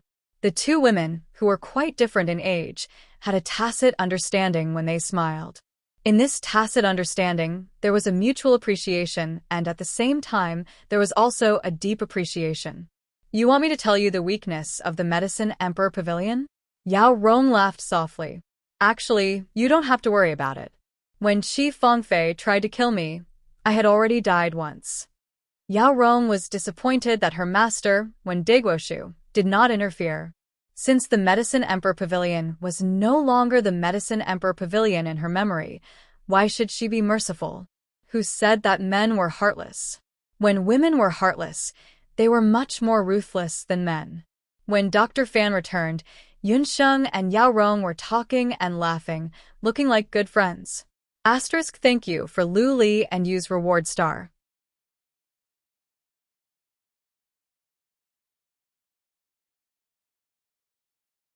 Chapter 383. What are you two talking about? Why are you so happy? Dr. Fan's face was also full of joy. Dr. Fan, take good care of Imperial Physician Yao. I will take my leave first. Yun Sheng walked away with a smile. But what Dr. Fan didn't know was that in Yun Sheng's beast language ring, there was an extra map. This map was provided by Yao Rong. In the map, the locations and names of all the 180 main pharmacies of the Imperial Medicine Pavilion in Zhou State were clearly distributed. After obtaining the map, Yun Sheng also looked for Zhong Yi. What? You said you want to find more than 100 giant-winged green bats. I say, little master, you still haven't learned your lesson. Look at Zhou Chuxun this time. In my opinion, even if you want to find a flying magical beast, you should find a more ferocious one. After Zhong Yi learned about Zhou Chuxun, he was angry. He almost killed his way to the Imperial Medicine Pavilion. No, it's still the giant-winged green bat. After all, if it's another ferocious magical beast, the villagers won't be able to subdue it. But this time, I want to transform the giant-winged green bat. Yun Sheng's eyes flashed. After the incident with Zhou Chuxun, Qi Fengfei was very vigilant for a long time. She originally thought that Yao Rong would die after being injured by her, but who knew that she would come back to life? Moreover, with the protection of Yun Songlong and others, it was impossible for her to kill Yao Rong. Qi Fengfei was very worried because Yao Rong was different from Fan Ji. She was the core figure of the Imperial Medicine Pavilion and knew too many secrets. But after waiting for nearly 3 months, there was still no movement from little C.I. Entong. At Zhou Chuxuan's side, the villagers were still working as usual. Everything looked normal. The other villages also didn't dare to plant medicinal herbs for little C.I. Entong. Qi Fengfei's deterrent effect was basically achieved. This time, Zhou Chuxuan's medicinal herbs matured again. Qi Fengfei paid close attention to Zhou Chuxuan's situation. After learning that Zhou Chuxuan still recklessly planted medicinal herbs after suffering a heavy blow, Qi Fengfei smiled coldly. Chung Sihai, find the hunting group from last time and sneak into Zhou Chuxuan tonight. Infiltrate Zhouchu village? What do you mean by that? After Yao Rong and Fan Ji reconciled, Chung Sihai was so jealous that he wanted to die. Right now, he was playing the role of Qi Fengfei's lackey. What's the use of keeping those villagers who don't learn their lesson? Bring people and massacre Zhouchu village. Remember to destroy their medicinal fields as well. Then, make it look like the mountain bandits exterminating the village. Qi Fengfei's expression was fierce as she spoke. Hearing this, Chung Sihai felt his scalp go numb. Thinking of killing hundreds of people in the village, Chung Sihai also felt that it was a bit too much. However, he did not dare to disobey Qi Fengfei. Yao Rong was his example. Chung Si-hai spent a large sum of money and hired the same hunting group from last time to sneak into Zhou-Chu village. At night, when all the villagers of Zhou-Chu village had turned off their lights and gone to bed, the nearly 100 hunters quietly approached the village entrance. The village was silent. Occasionally, only the cries of wild cats could be heard. Dr. Chung, are we really going to kill them all? The leader of the hunting group also felt a chill in his heart. They were just hunters, not killers. Kill them all. Don't leave a single one alive. These blind people have provoked the Medicine Imperial Pavilion time and time again. This time, we'll make an example out of them. Chung Si-hai made a beheading gesture. The hunters moved, blocking the various entrances of the village. Dr. Chung, something seems wrong. Didn't you say that the medicinal plants in the village have all matured? Why is there nothing in the medicinal fields? Several hunters scattered around the medicinal fields. Other than killing people, Chief Fangfei also gave the order to destroy the medicinal fields in the village. Today was the 15th. The moonlight was very good. There was only one full moon in the sky. Under the moonlight, Chung Si-hai could clearly see the situation in the medicinal field. He looked at the medicinal field. He looked over and found that there really was nothing in the medicinal fields. All the medicinal plants had already been harvested. It was as if someone had already known that there would be a night attack and had harvested them in advance. His eyelids twitched, like a cat whose tail had been stepped on. He jumped up. No, there must be a trap in the village. Everyone, go and get the villagers. Before Chung Si-hai could finish his sentence, he heard a sound that made his heart go numb from the top of his head. The hunters also heard the sound and looked up at the night sky. A full moon hung high in the sky. Around the moon, there were dense, dark clouds. Those were not ordinary dark clouds. Those were magical beasts. More than 100 magical beasts densely packed together. They were all giant winged green bats. The leader was a dragon-clawed bat king. There was a person standing on top of it. He held a magic scepter in his hand. The zone personality looked down at the dumbfounded ants below. TSK. Little Master's guess was right. You useless things still haven't given up. This time, you want to massacre Zhou-Chu village, right? Today, I'll let you get what you want. Massacre once. The zone personality waved his hands, and the giant winged green bats in the sky immediately changed their formation. A summoner? But he actually wanted to control a group of giant winged green bats that didn't know how to defend or attack. The hunters couldn't help but heave a sigh of relief. They had already fought with the giant winged green bats once. Although the number of bats had greatly increased this time, their manpower was also many times more than before. Leader, Dr. Chung, the village is completely empty. We didn't see a single villager. The hunter, who went to catch the villagers in the house, turned back. Everyone, don't panic. The other party only has one summoner. We have more than enough to deal with this group of bats. Together, shoot towards the sky. Chung Si-hai finally understood that he had fallen into Yunxing's trap. However, the other party had also underestimated their strength. They could escape as long as they broke through the village. That's not right, Dr. Chung. There seems to be something on the mouths and legs of those bats. The leader of the hunters had sharp eyes. He saw that the giant winged green bats were different from the last time. Their mouths, legs, and claws were all biting and grabbing something. Suddenly, almost 100 giant winged green bats released their mouths and claws at the same time. One by one, unknown objects flashing with magical elements fell from the sky. The zone personality had already brought the group of bats and quickly rose into the sky. Boom, boom, boom. In an instant, the entire Zhou-Chu village was engulfed in flames and explosions. The sound was so loud, and the fire was so intense that it dyed the nearby mountains red. Those hunters didn't even have time to think carefully before the tumbling heat waves and ferocious magical elements had already torn them apart and exploded them into ashes. The reason for this effect was that Yunxing had been intensively researching during this period of time. Referring to the magic weapon encyclopedia, Yunxing had created the first magic weapon, sky-blasting thunder.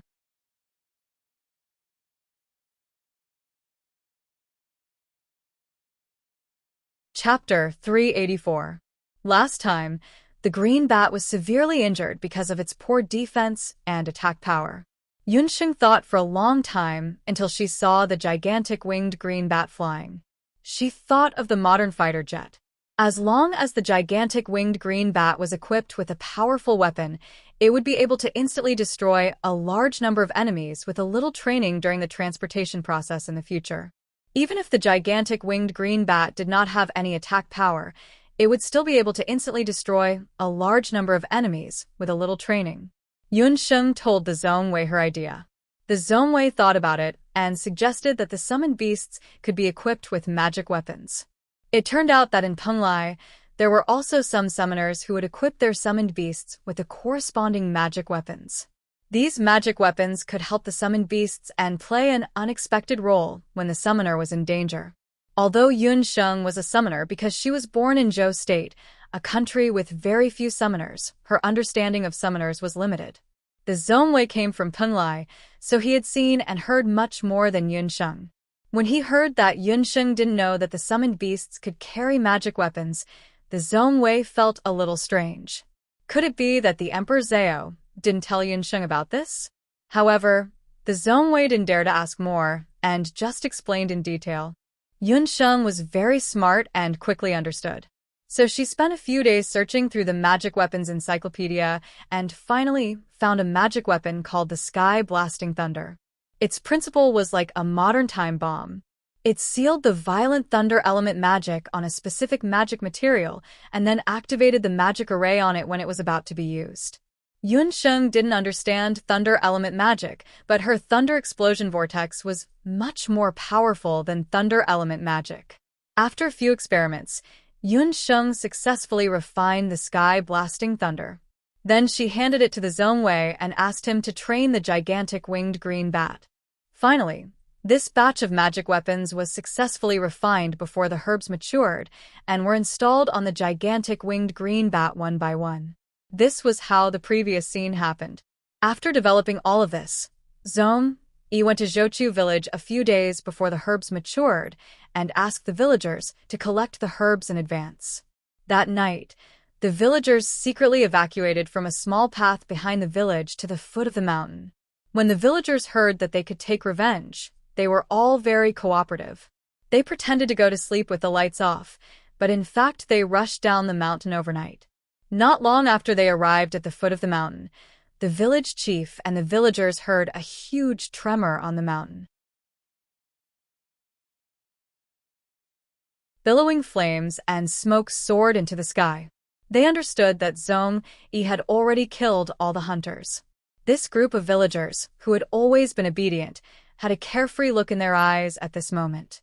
The village chief and his wife hugged each other and murmured, "Little Hua, you should rest in peace now. Miracle Dr. Yun has avenged you and everyone else." As the flames soared into the sky, another operation was quietly beginning.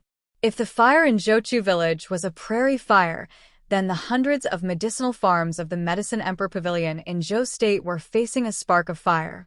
As the most authoritative medical establishment in the entire continent, the Medicine Emperor Pavilion, other than having an endless supply of medical talents, also relied on their supply of medicinal herbs for survival. Their medicinal farms were all built on the most fertile soil of the various countries. There were professional farmers there to help them grow and take care of the medicinal herbs. Every year, June and December were the peak seasons for the Medicine Emperor Pavilion to harvest medicinal herbs. On this night, in the largest medicinal farm of the Medicine Emperor Pavilion, the farmers had just fallen asleep. In this medicinal farm, the Medicine Emperor Pavilion's most precious Saint-grade red Lulon ginseng was planted. Other than that, there were also large amounts of precious medicinal herbs. There was only half a month left until the harvest season in June. Looking at the growth of the medicinal herbs in the field, it could be seen that this year would be a bumper harvest for medicinal herbs. Every year during the harvest season, there would be some people who were not afraid of death sneaking into the medicinal farms to steal medicinal herbs. Therefore, a few magicians were specially arranged to set up a magic array around the medicinal farms. As long as someone entered this area, the magic array would send out a warning. This night, it was very quiet the entire night. On the morning of the second day, the farmers got up and prepared to sow the soil before the dew dried up. One of the farmers sleepily walked to the medicinal farm of the red Lulon ginseng that he was in charge of. When he saw the situation in the medicinal farm, he was instantly scared out of his wits and sat down on the ridge of the medicinal farm. Not good. The medicinal farm has been destroyed by people. At the same time, more than half of the medicinal farms in the Medicine Emperor Pavilion had similar incidents. The medicinal herbs in the medicinal farm were in a mess. The leaves and fruits were all eaten clean. That situation was like a plague of locusts. But the most unbelievable thing was that the magic arrays in the vicinity were all safe and sound. There were no signs of being invaded by people or magical beasts.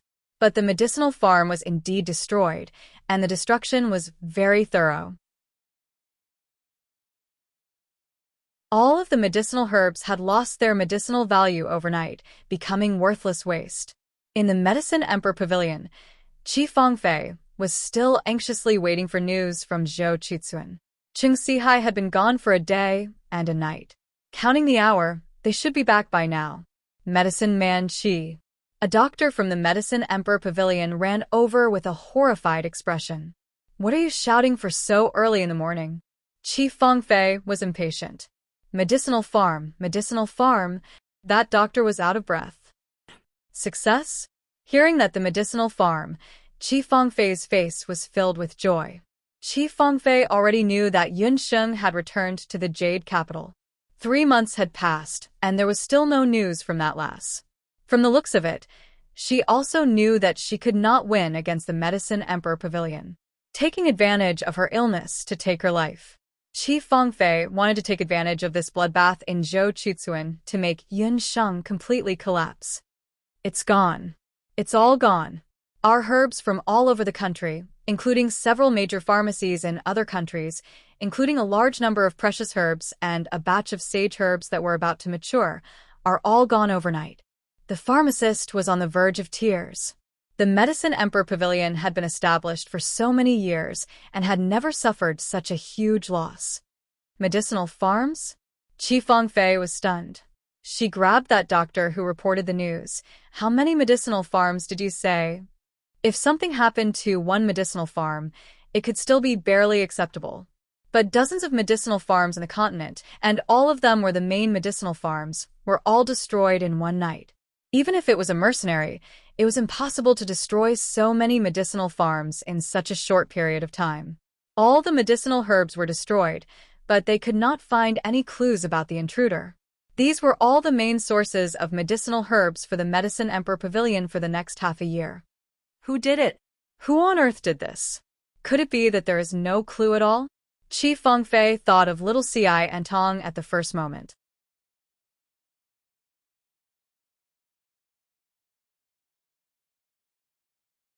Chapter 385. Not good. Medicine Man Qi. Another wave of anxious voice sounded. A doctor stumbled into the room while supporting a man whose entire body was almost burnt to charcoal. That person who was burnt beyond recognition was barely recognizable as Cheng Sihai. Dead. They're all dead. Cheng Sihai's body leaned forward as soon as he finished speaking. He fell to the ground and stopped breathing. The smell of burnt flesh and the horrifying corpse was placed in front of Medicine Man Qi. Qi Fengfei's heart felt as if it was grabbed by someone and she couldn't breathe. Who sent him back? Qi Fengfei squeezed out a sentence from between her teeth. It seems to be a flying demonic beast that dropped you off at the entrance of our Medicine Emperor Pavilion. There was even a person sitting on the back of the demonic beast. He wanted me to pass a message to Medicine Man Qin. Thank you for your 3 months of time. The person who brought the message didn't understand what the other party meant. But Qi Fengfei's eyes widened. 3 months of time. Could it be that in these 3 months of time was not a long time, and it was just the right time for a complete medicinal herb to grow? At the same time, it also allowed Yunsheng to find a way to increase the strength of the giant winged green bat. At the same time, it also allowed Yunsheng to deploy the ant soldiers of the centipede ant general. On the mainland, what kind of magical beast was the most abundant? It wasn't rats or birds, but the most abundant magical beast was the beast ant. 3 months of time was enough for the centipede ant general to cross half of the boundless land and gather the ant soldiers from all over the world. Not to mention dozens of major medicine shops. Even if there were hundreds of them, it was nothing in the eyes of the beast ant general. What ordinary hunters couldn't achieve was insignificant in front of the beast ant general. Chief Fengfei looked at the already dead Cheng Sihai on the ground, and then looked at the panicked doctor. She only felt that the world was spinning. After a long while, she spat out a sentence, "Go and invite Wendugwa show." It was really ice and fire. When the Medicine Emperor Pavilion fell into an unprecedented, desperate situation, the little Ci and Tong finally received the first batch of medicinal herbs. Lin Yaoa and GMO busied themselves for an entire day before they managed to clean up the sea buckthorns. The quality of the sea buckthorn is very good, enough to reach the first grade. About 10% of the herbs have even reached the special grade. It seems that the method of using magic to cultivate herbs is feasible. GMO breathed a sigh of relief, his pair of bright eyes secretly glancing at Yunsheng. Unlike Lin and Ji, who were extremely busy, Yunsheng was sitting in the clinic, drinking the iced sour plum soup that Yao Rong had prepared early in the morning. She had a satisfied look on her face. Sitting beside her was Xiao Yun, who had recovered. Yunsheng and Xiao Yun hit it off very well. Due to Xiao Hua's death, Yunsheng felt very guilty towards Xiao Yun and the village chief's family. She also secretly discovered that Xiao Yun was very talented as a summoner. Seeing Xiao Yun and Yunsheng having so much fun, GMO became even more curious. During this period of time, Yunsheng appeared to be unusually calm, which made it difficult for GMO to guess what she was thinking. Could it be that the blood feud between the little Ci Antong and the Medicine Emperor Pavilion was over? As they were speaking, the Zone personality also returned. "Little Master, everything went smoothly. I have already thrown the charred Cheng Sihai at the entrance of the Medicine Emperor Pavilion." "Huh? Did you see that group of bastards? They were so scared that their faces turned pale." The Zone personality exclaimed happily. He had been a summoner for so long, and this was the first time he had felt so good fighting and killing. Looking at the raging flames on the ground, turning a group of evil men into ashes, he felt his entire body relax. Unfortunately, he did not get to see Chief Fengfei's face when she heard the news. This was not the first time the Zone personality had lost face. Last time, he had lost a Zhou State's crown prince, and this time, he had lost a Cheng Sihai. That feeling was much better than drinking the sour plum soup. Have the villagers been settled? Yunsheng took a sip of the sour plum soup.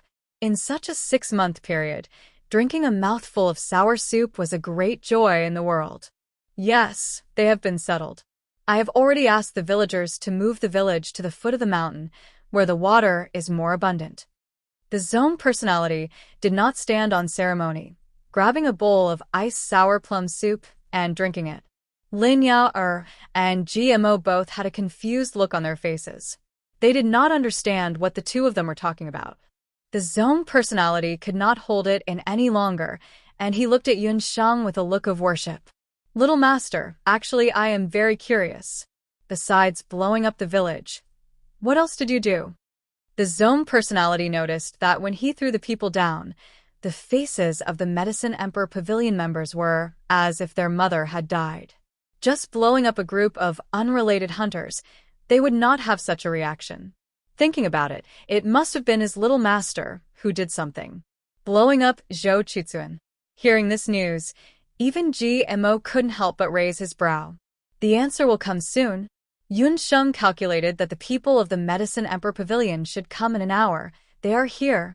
The smile on Yunsheng's lips disappeared. Outside the medical hall, several people came. Chief Fengfei, with a face full of anger, and several of the most important doctors of the Medicine Emperor Pavilion, led by the white-haired Wen Daiguoshu. Even when Daiguoshu came out, Yao Rong and Dr. Fan also came out. Lin Yao quickly closed the medical hall. In the narrow medical hall, for the first time, there were so many people. Moss. To Yao Rong's face was full of embarrassment. She and Wen Daguoshu had a deep master and disciple relationship. She did not expect that they would meet again after a long time in such a scene. When Daguoshu looked at the small CI Entong, this was a medium-sized medical hall, but it was well managed.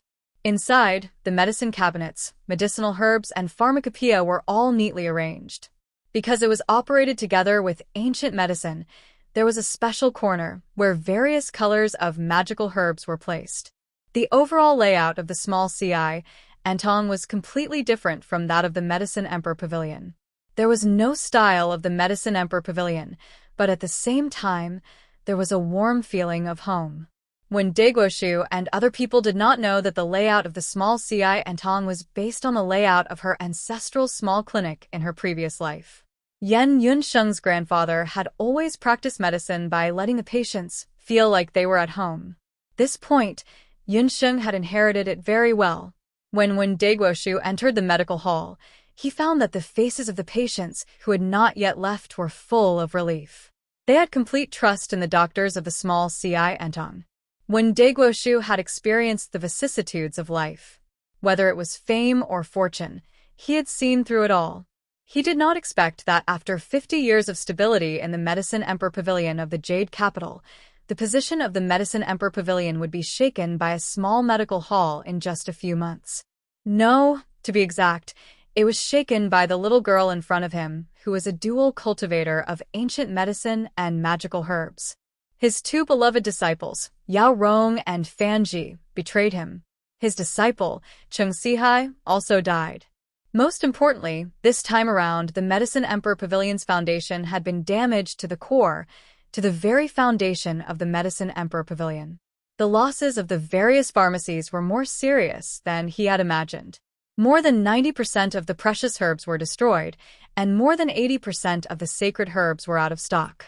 This time, the Medicine Emperor Pavilion lost more than half a year's supply of herbs.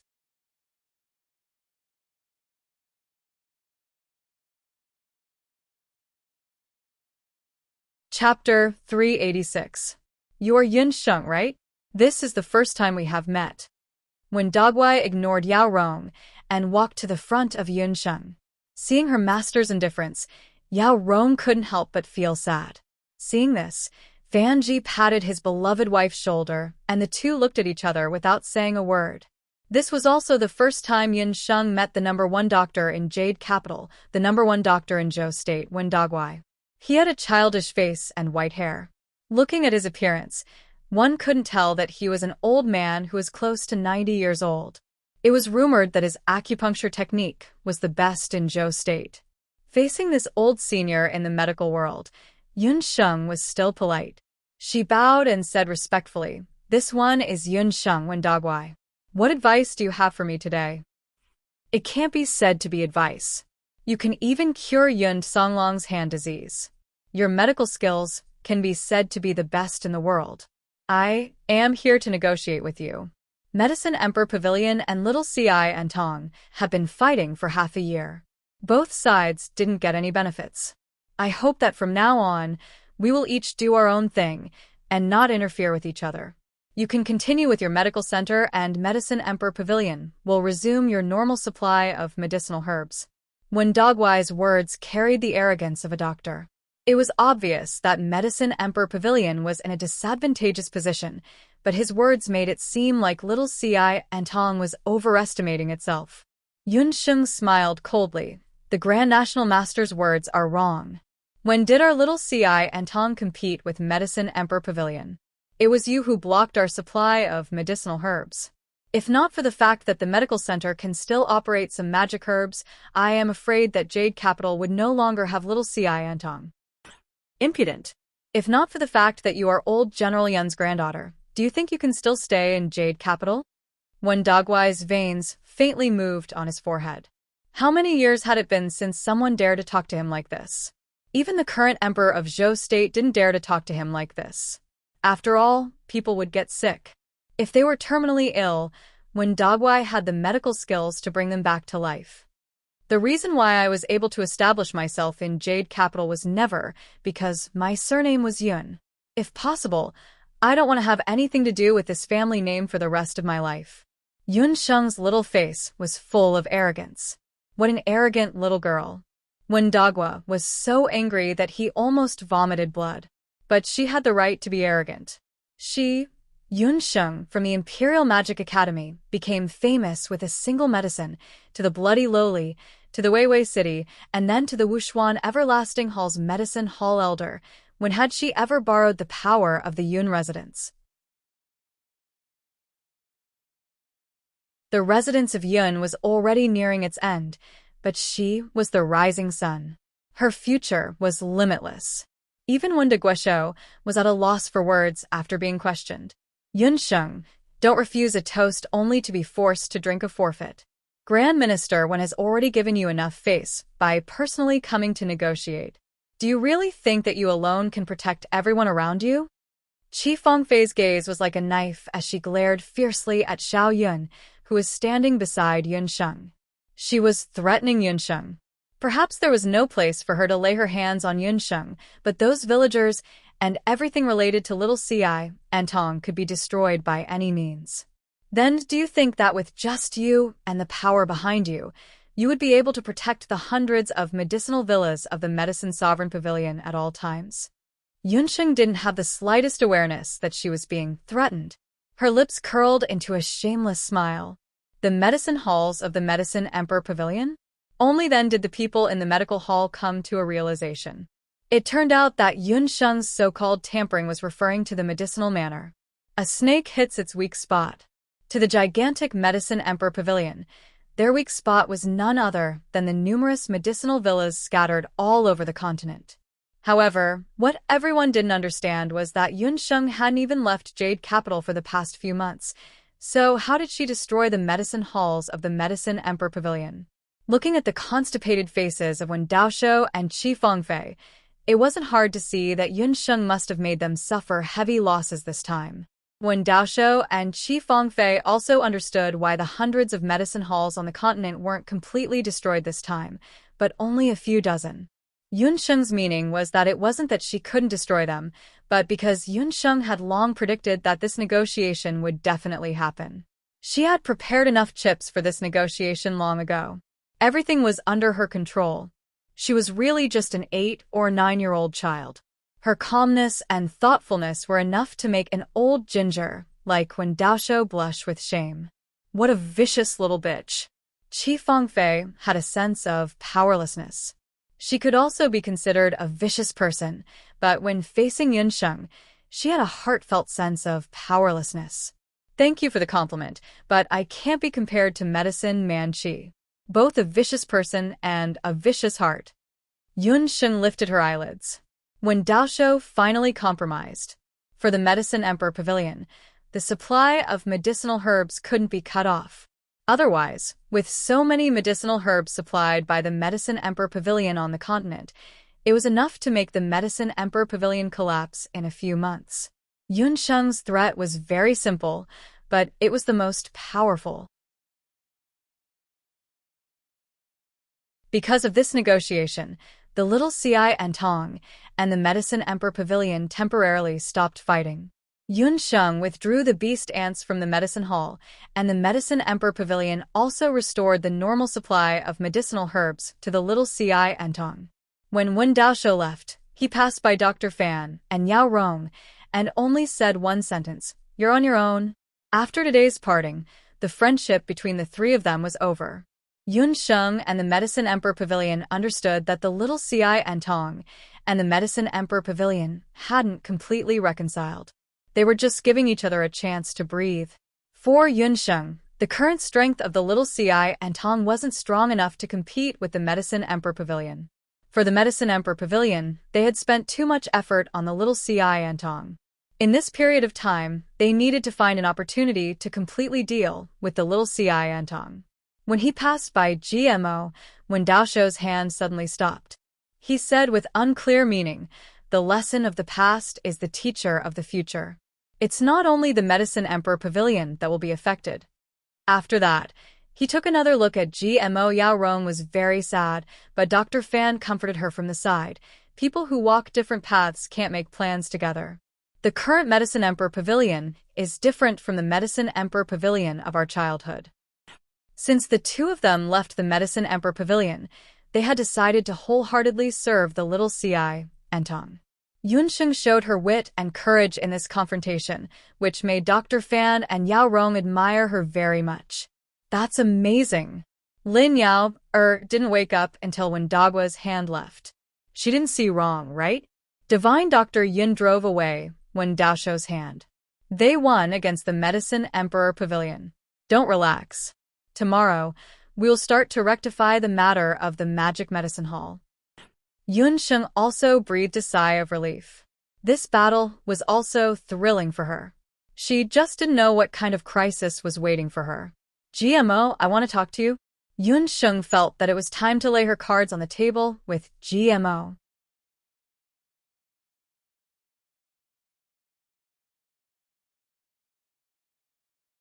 Chapter 387. Seeing Yunsheng suddenly call out to GMO, the few people in the clinic were stunned. They looked at the two of them in confusion. Yunsheng's expression was calm, as if she was chatting with someone. Should I call you GMO or Xia Ximing?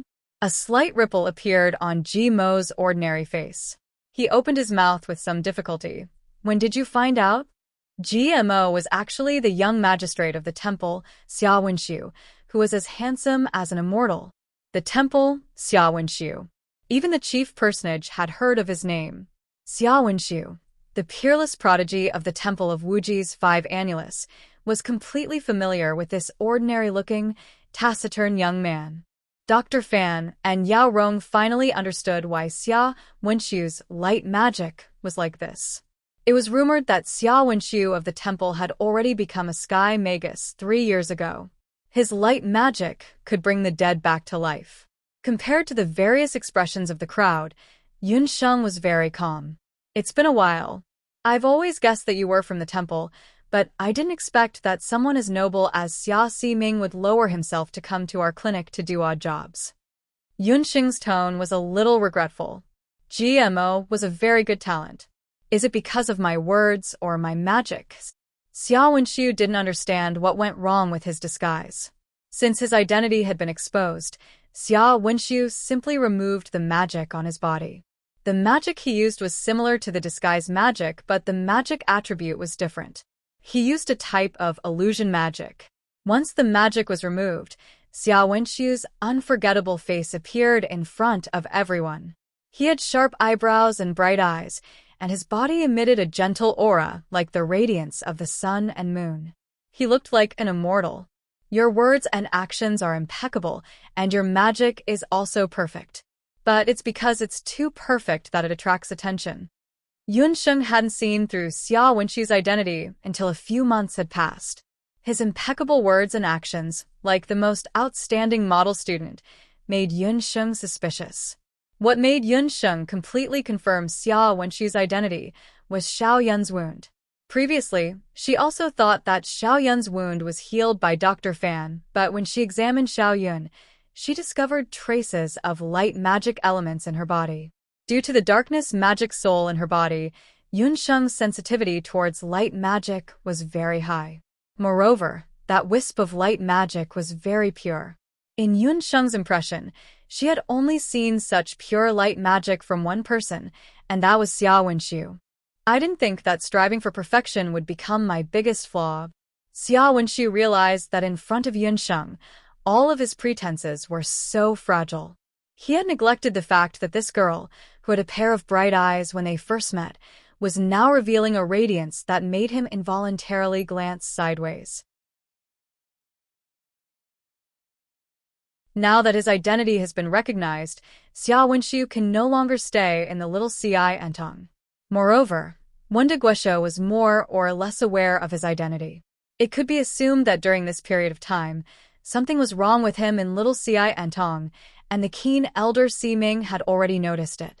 During this period of time, for some unknown reason, Xia Wenxiu sent less and less information back to the temple. For example, Xia Wenxiu understood that he must bring the information back to the temple, but he didn't do so. It was as if he shouldn't have saved Xiao Yun, but Xia Wenxiu did.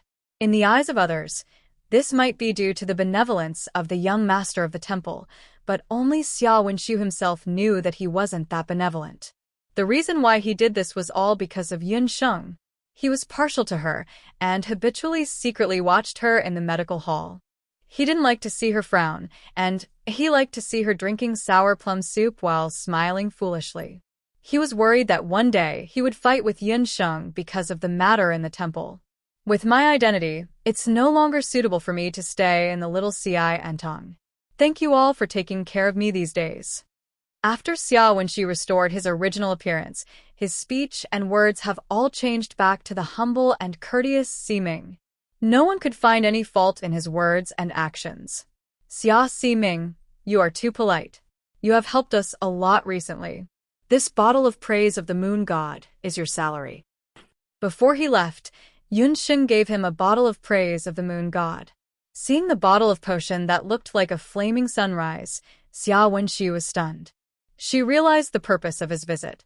Without the embarrassment of being seen through, Xia Wenxiu calmly accepted Yun Sheng's gift. He took the potion and returned to Jade Capital Temple. The two brothers, Yu Ji and Mo, had been waiting for a long time. Compared to 2 years ago, the two of them had grown a little, but they still looked like children. Ximing, you are finally back. Where have you been all this time? If you didn't send us a message every few days, we would have thought that you had gone missing. Xia Wenxiu didn't explain. He was a man of few words, and the words he said in the past few months in Little Xi Antong was much more than what he had said in the past 10 years. While you weren't here, Elder Ximing sent a letter over. Yu Ji and Yu Mo naturally didn't dare to check Elder Ximing's letter without permission. The two of them were worried that something had happened, so they had been waiting for Xia Wenxiu to return. Xia Wenxiu opened the letter, and his master's vigorous words appeared vividly on the paper. The matter started a few days ago. At that time, the battle between Yun Sheng and the Medicine Emperor Pavilion hadn't officially started yet. A few days ago, Elder Ximing was praying at the altar of the temple. That was Elder Ximing's daily homework. Very few people knew, or rather, only 2 people in this world knew, that in a certain room deep in the temple, there was a divine tool that shocked the entire continent, the heavenly fate mirror of the 8 barren divine tools. No one knew when the heavenly fate mirror fell into the hands of the temple. Very few people knew about the uniqueness of the heavenly fate mirror, because in the temple, only Elder Ximing and Young Ximing knew about the use of the heavenly fate mirror. From the outside, the Heaven's Mandate mirror looked no different from an ordinary mirror. It was just that the surface of the mirror wasn't the usual brass color of the boundless continent. Regardless of whether it was day or night, the surface of the heavenly fate mirror was hazy, and it shone like mother-of-pearl starlight. This seemingly ordinary mirror reflected the general situation of the world. If there was no war in the world, the mirror would reflect a gentle starlight, but if there was war, the mirror would reflect a bloody light. In the past few decades, most of the time, the mirror would reflect a gentle starlight. On this day, Elder Ximing finished her morning prayer class, as usual. Just as she was about to turn and leave, a light suddenly flashed on her mirror. The entire mirror turned into a bloody light. When Elder Ximing saw this, she immediately walked in front of the heavenly fate mirror. A figure appeared on the mirror. Thank you Ruomeng and Minion for your tips.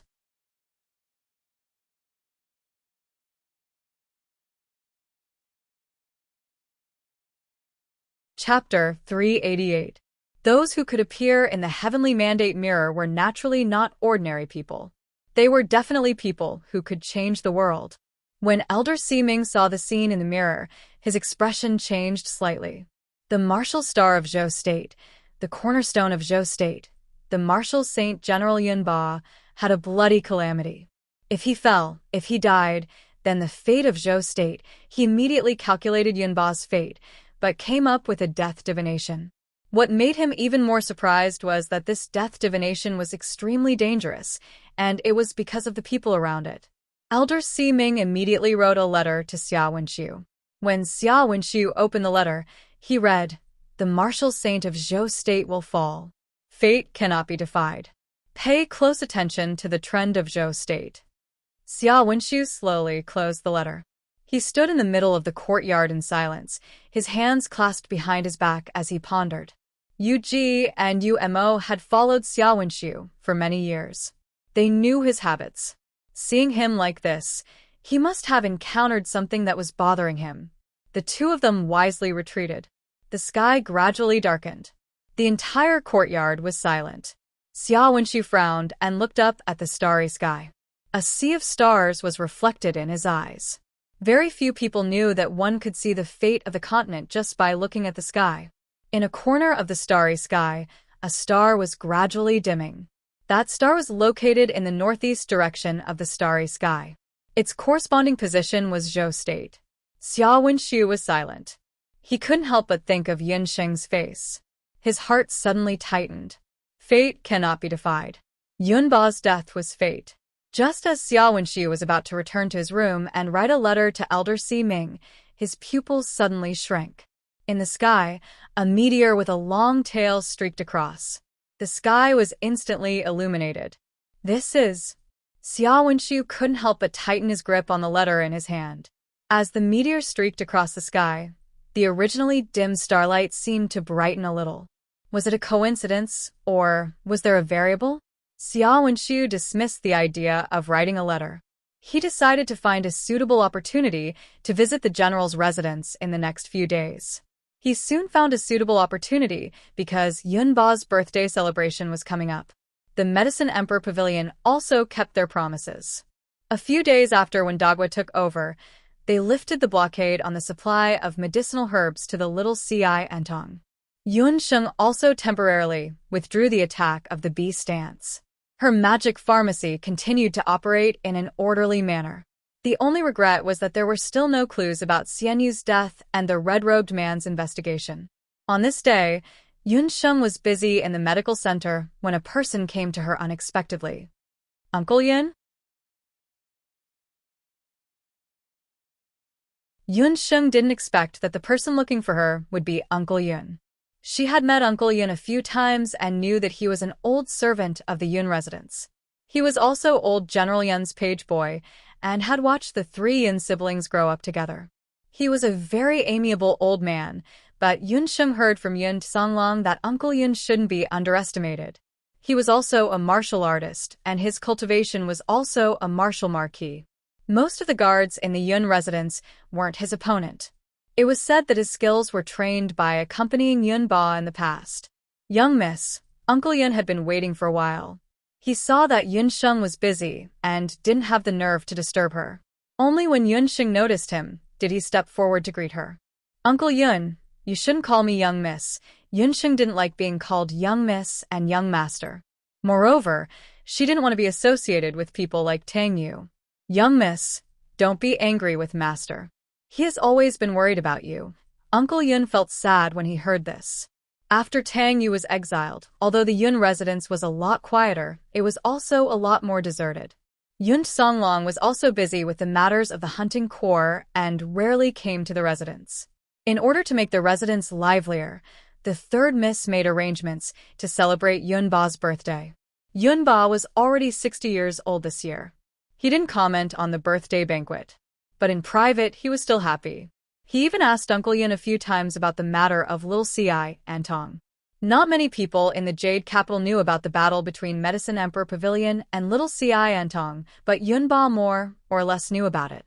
Although he said that Yunsheng was arrogant and ignorant, he was secretly very pleased. That was his granddaughter, a member of the Yun residence. If he wanted to do something, he would do it to the top. This time, he made Wendagwa suffer a loss. Yunba was very proud.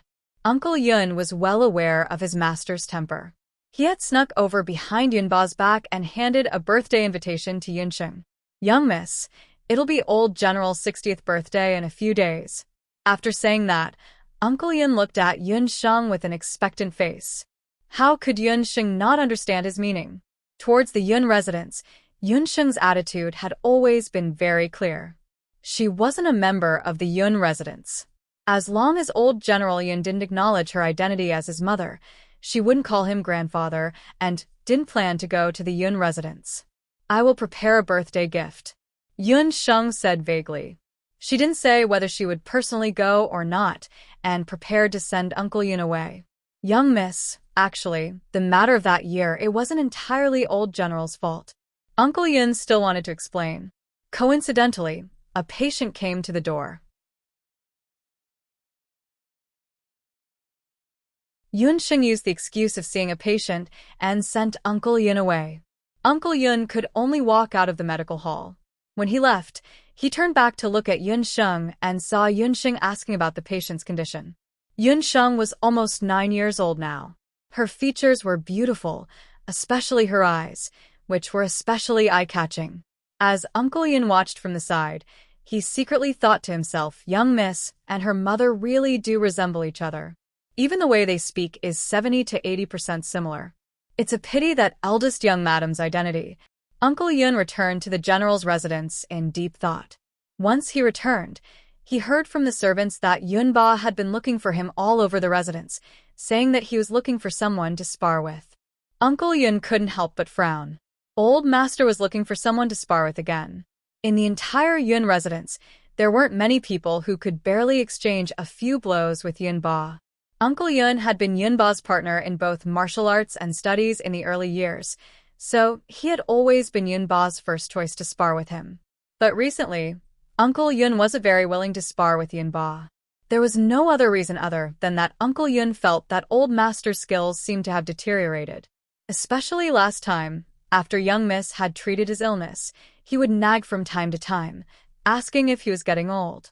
The word old was still a taboo to Yun Ba. But these days, even though he had abstained from alcohol and drank third Mrs. Nourishing soup every day, old master's health seemed to be deteriorating. Uncle Yun naturally wouldn't tell Yun Ba about this matter. He knew that old master was only talking about it, but if someone really said that he was getting old, he would probably fly into a rage. Yun Song, you rascal. Where did you run off to? I was just looking for someone to spar with. Yun Ba's voice boomed like a large bell as he strode over.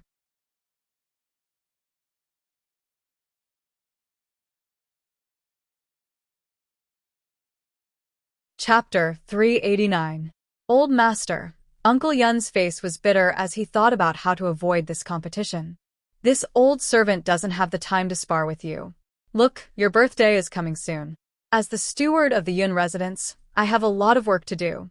Both inside and outside the residence are waiting for me to take care of things. I also have to send out the birthday invitations one by one. Uncle Yun took out a list of names from his robes. There was a long list of names written on it. Even the Emperor of Zhou State was an honored guest on the list. There were also guests from other states in the Jade capital, such as Xia Ximing from the Dharma Temple, who were also invited to the birthday banquet. Yun Ba was obviously not interested in this list. He was a martial artist and had always been troubled by these kinds of complicated formalities. Therefore, he had given full authority to Yun Songxue and Uncle Yun.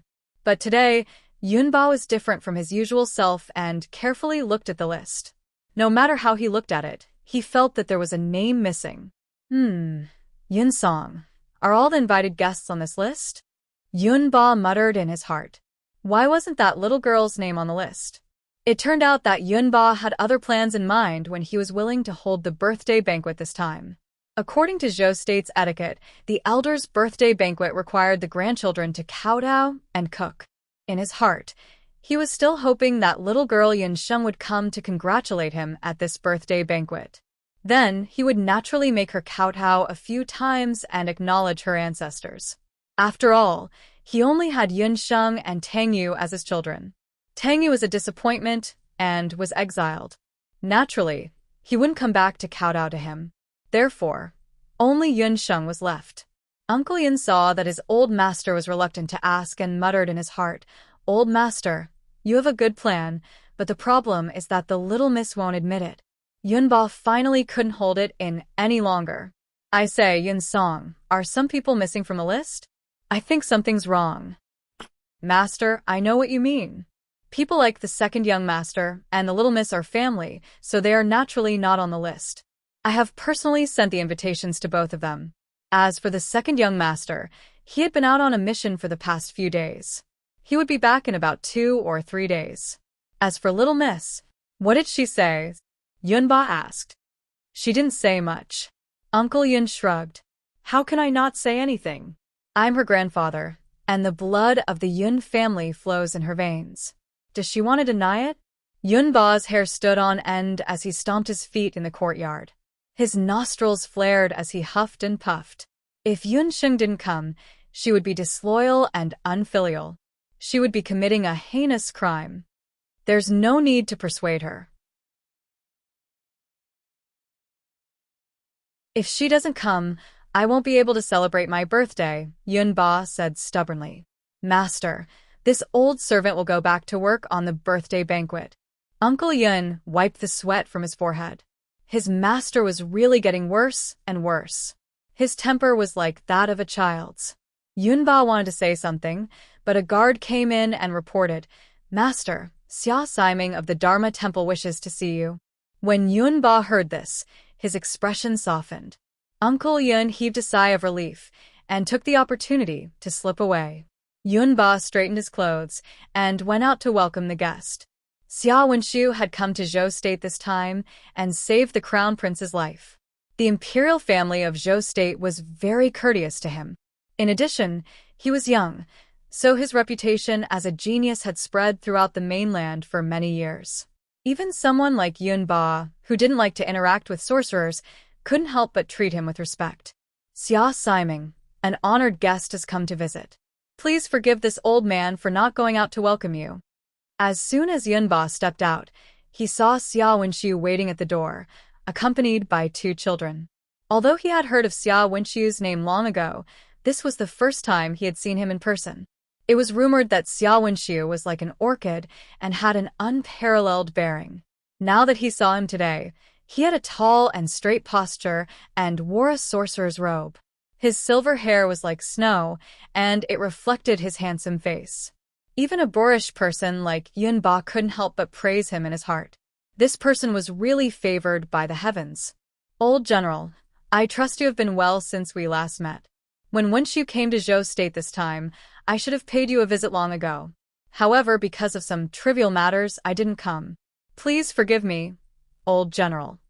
Xia Wenshu was also secretly sizing up Zhou State's #1 fierce general, the old Martial Saint General. After welcoming Xia Wenshu into the residence, Yunba chatted with him as they walked. The 2 of them were quite congenial. This was Xia Wenshu's first time coming to the general's residence. He had come today to reply to Yunba about the birthday banquet, but in his heart, he wanted to see the reason behind Yunba's bloody disaster this time. Logically speaking, Yunba was only 60 years old this year. To the cultivators of the boundless continent, 60 years old wasn't the age of destiny.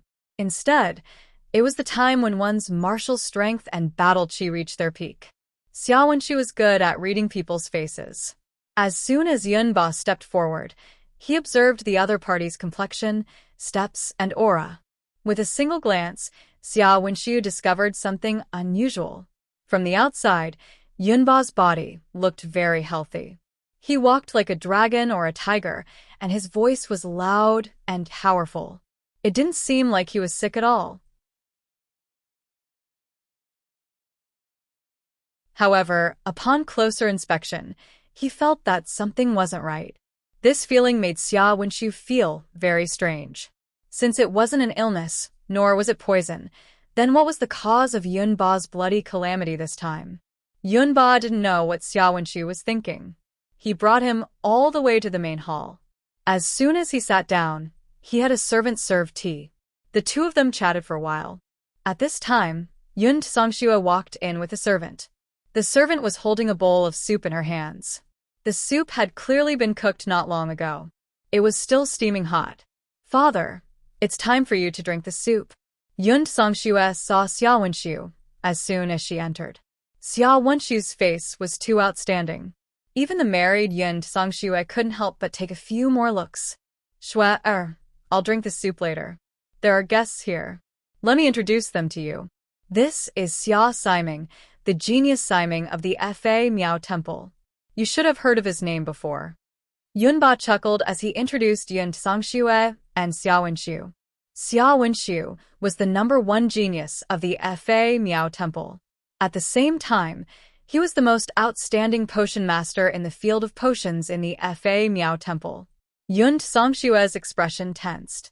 She subconsciously looked at the bowl of soup in the servant's hands. Yunba didn't care about her unnatural expression. However, Xia Wenxiu caught Yun Songshue's strange expression. He discreetly glanced at the bowl of soup that the servant had brought over. The servant's expression was calm and didn't reveal anything out of the ordinary. However, Yun Songshue's smile was very forced. Xia Siming is too polite. Father, Xia Siming isn't an outsider. You should drink the soup while it's hot. I spent many days preparing these ingredients. Yun Songshue nervously clenched her fists. When the people of the Bloody Hand Tycoon gave her the bottle of medicine, they had already said that this was a very new type of medicine.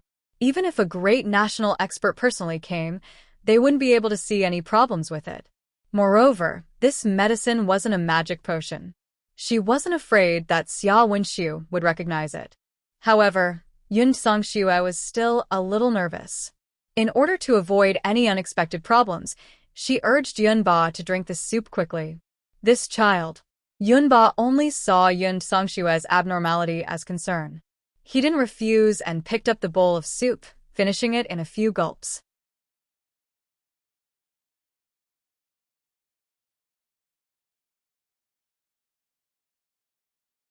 Chapter 390. Yun Songshue heaved a sigh of relief. Xia Wenxiu, on the other hand, felt that something was amiss. Father, you two chat first. Shue, or we'll go down to attend to the birthday banquet. Yun Songshue bowed to Xia Wenxiu and left with the servant girl. Xia Wenxiu looked at Yun Songshue's back and didn't miss the guilty look in her eyes when she left. Old General, are you well? Xia Wenxiu retracted his gaze and asked casually. I'm healthy. It's a pity that Xia Siming is proficient in magic. Otherwise, we could have a good fight. Yunba laughed. Xia Wenxiu chatted for a while more before leaving the Yun residence with Yu Ji and Umo. After leaving the Yun residence, Xia Wenxiu fell silent. Young Siming, are we going back directly? Yu Ji and Umo jumped into the carriage. Let's go back. Xia Wenxiu's mind was still recalling Yun Songshue's actions. After traveling for a short distance, Xia Wenxiu suddenly called for the carriage to stop. We're not in a hurry to go back. Let's go to the little Antong. Yu Ji and Umo could see that Siming was acting strangely today.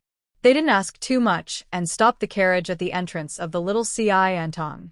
But when he entered the medical hall, he didn't see Yun Sheng. You're Xia Siming? Lin Yao saw that there were a few unfamiliar guests in the medical hall. Then, she looked at the person in the lead. He had an outstanding face. You should call me GMO, Xia Wenxiu nodded. GMO?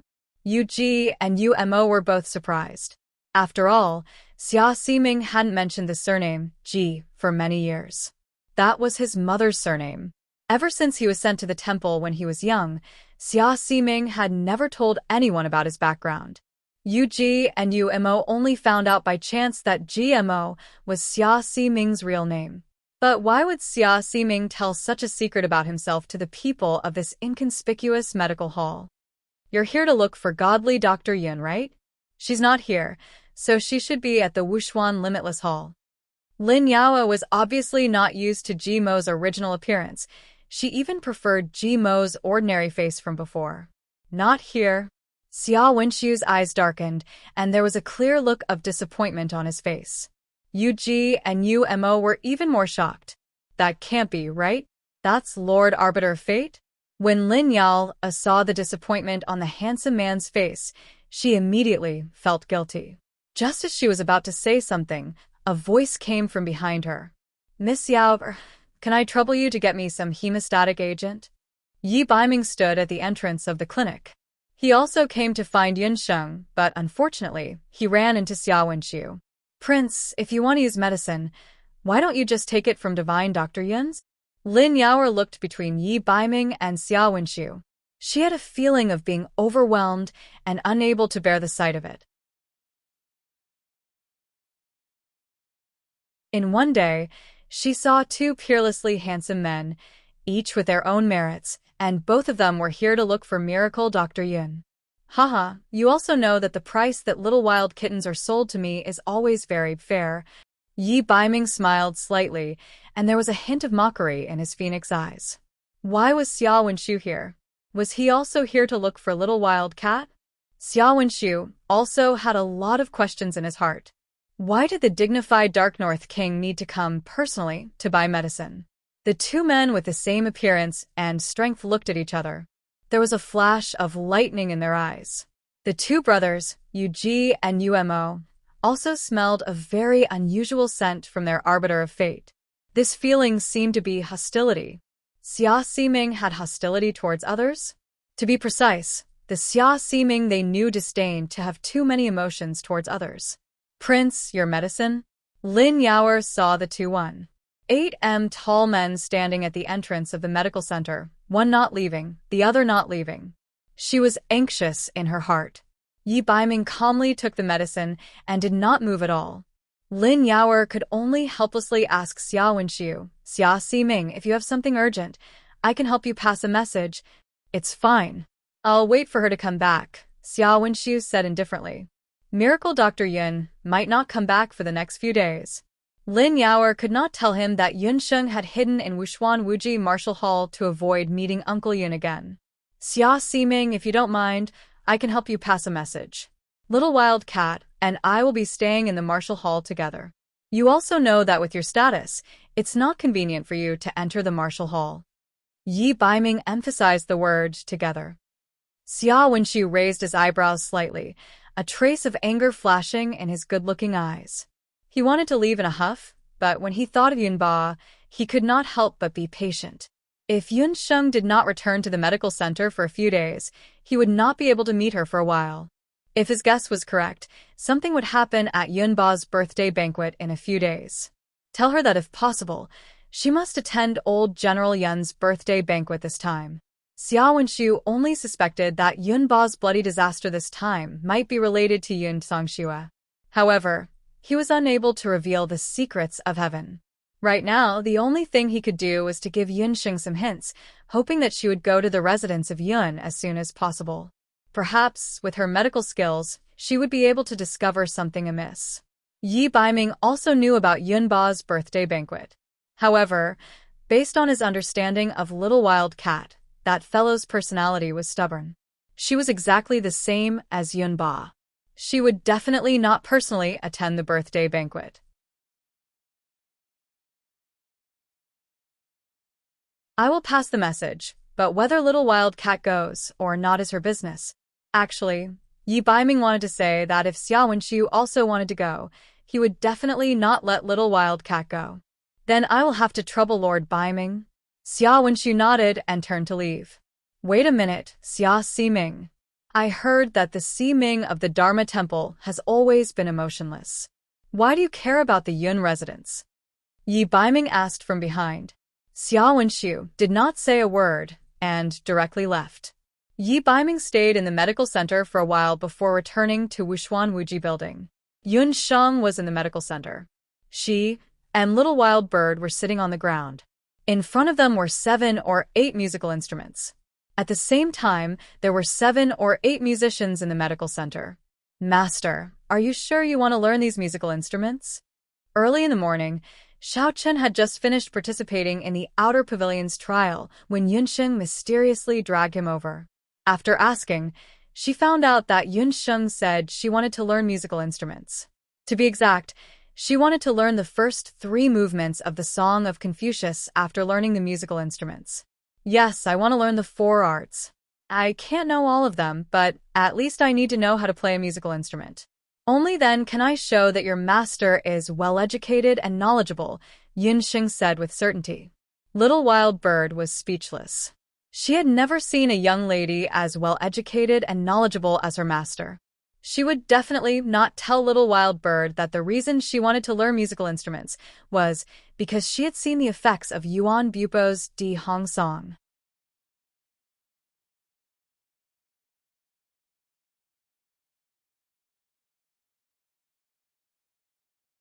Chapter 391.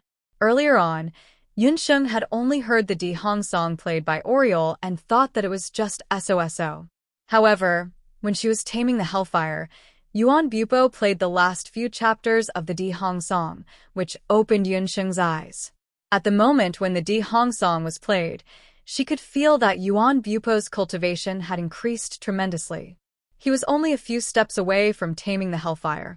If Yunsheng did not have the Shinnong medical bangle and the 5-elemental Dharma spirit, she would not be able to compare to Yuan Bupo. Although Yunsheng's current abilities were not bad, she was far from the top. Even if she was a summoner, it was because of the summoning demon hand. However, Yunsheng did not want to rely on the summoning demon hand too much. After all, it was a magical weapon. If she was not careful, she would be discovered. A man's wealth was his own ruin. With Yunsheng's current abilities, she could not protect the magical weapon. In a short period of time, the Di Hong song was the only safe way to increase her cultivation. Oriole used a pipa. It was said that Yun Songlong's sweetheart, Yuan Shahua, used a guzheng. Yuan Bupo himself used a piccolo.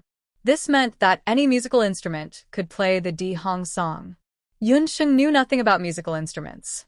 Out of desperation, she thought of choosing the same musical instrument among all the other musical instruments. Therefore, after thinking for a while, Yunsheng decided that she wanted to learn musical instruments. There were all kinds of musical instruments in the Wuji continent. For example, the guzheng, the pipa, the eru, the bell, the shao, the sheng, the guzheng, the flute, and so on. Looking at the style, there were all kinds of musical instruments. Yunsheng invited a few musicians.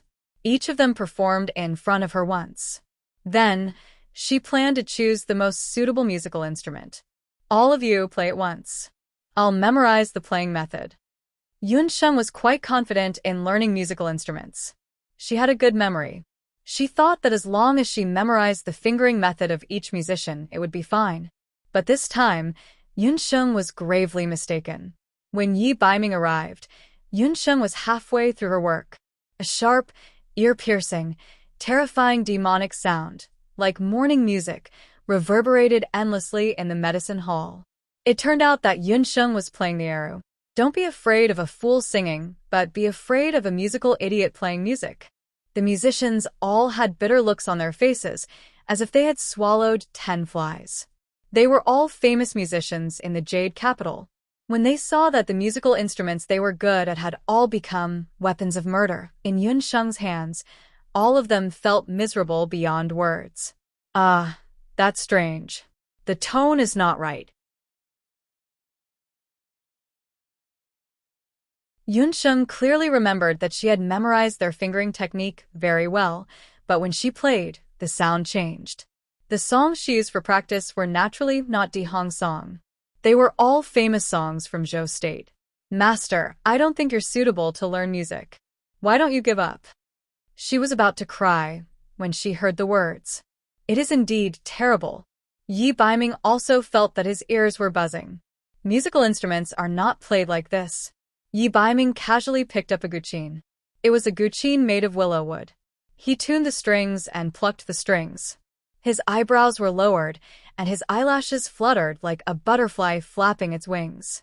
His long fingers with distinct joints plucked the strings. An ancient song, seeking a phoenix, lingered endlessly in the medicine hall. The mellow male voice and the beautiful sound of the guqin complemented each other seamlessly. The musicians could not help but clap along with the beautiful sound of the guqin. Kate also closed her eyes to listen. After the song, Yunsheng jumped up and patted her chest. I've decided. I want to learn the guqin. Yunsheng did not have a sense of music. There was no other reason why she patted her chest and wanted to learn the guqin. The scene of the handsome man playing the guqin and the smoke from the incense burner at the side was a classic example of pretentiousness. If she, Yunsheng, could play such a song one day, just thinking about the scene made her blood boil. However, Yunsheng was also very strange. How could Yi Baiming know how to play the guqin? She had never seen him play the guqin when they were in Jiaoya village. Besides, he was blind when he was young. How did he learn to play the guqin? Instead, it was the Oriole beside her who answered her doubts. Lord Baiming's guqin skills are indeed outstanding. It is rumored that Lord Baiming learned to play the blind guqin at the age of 3. At the age of 6, his guqin skills were the best in the harem. Now that I've seen him today, he really lives up to his reputation. Yi Baiming stroked the strings of the guqin with some emotion. When he was playing the guqin just now, he had also recalled some old memories. He started learning the blind guqin at the age of 3. The reason for learning the guqin was very simple.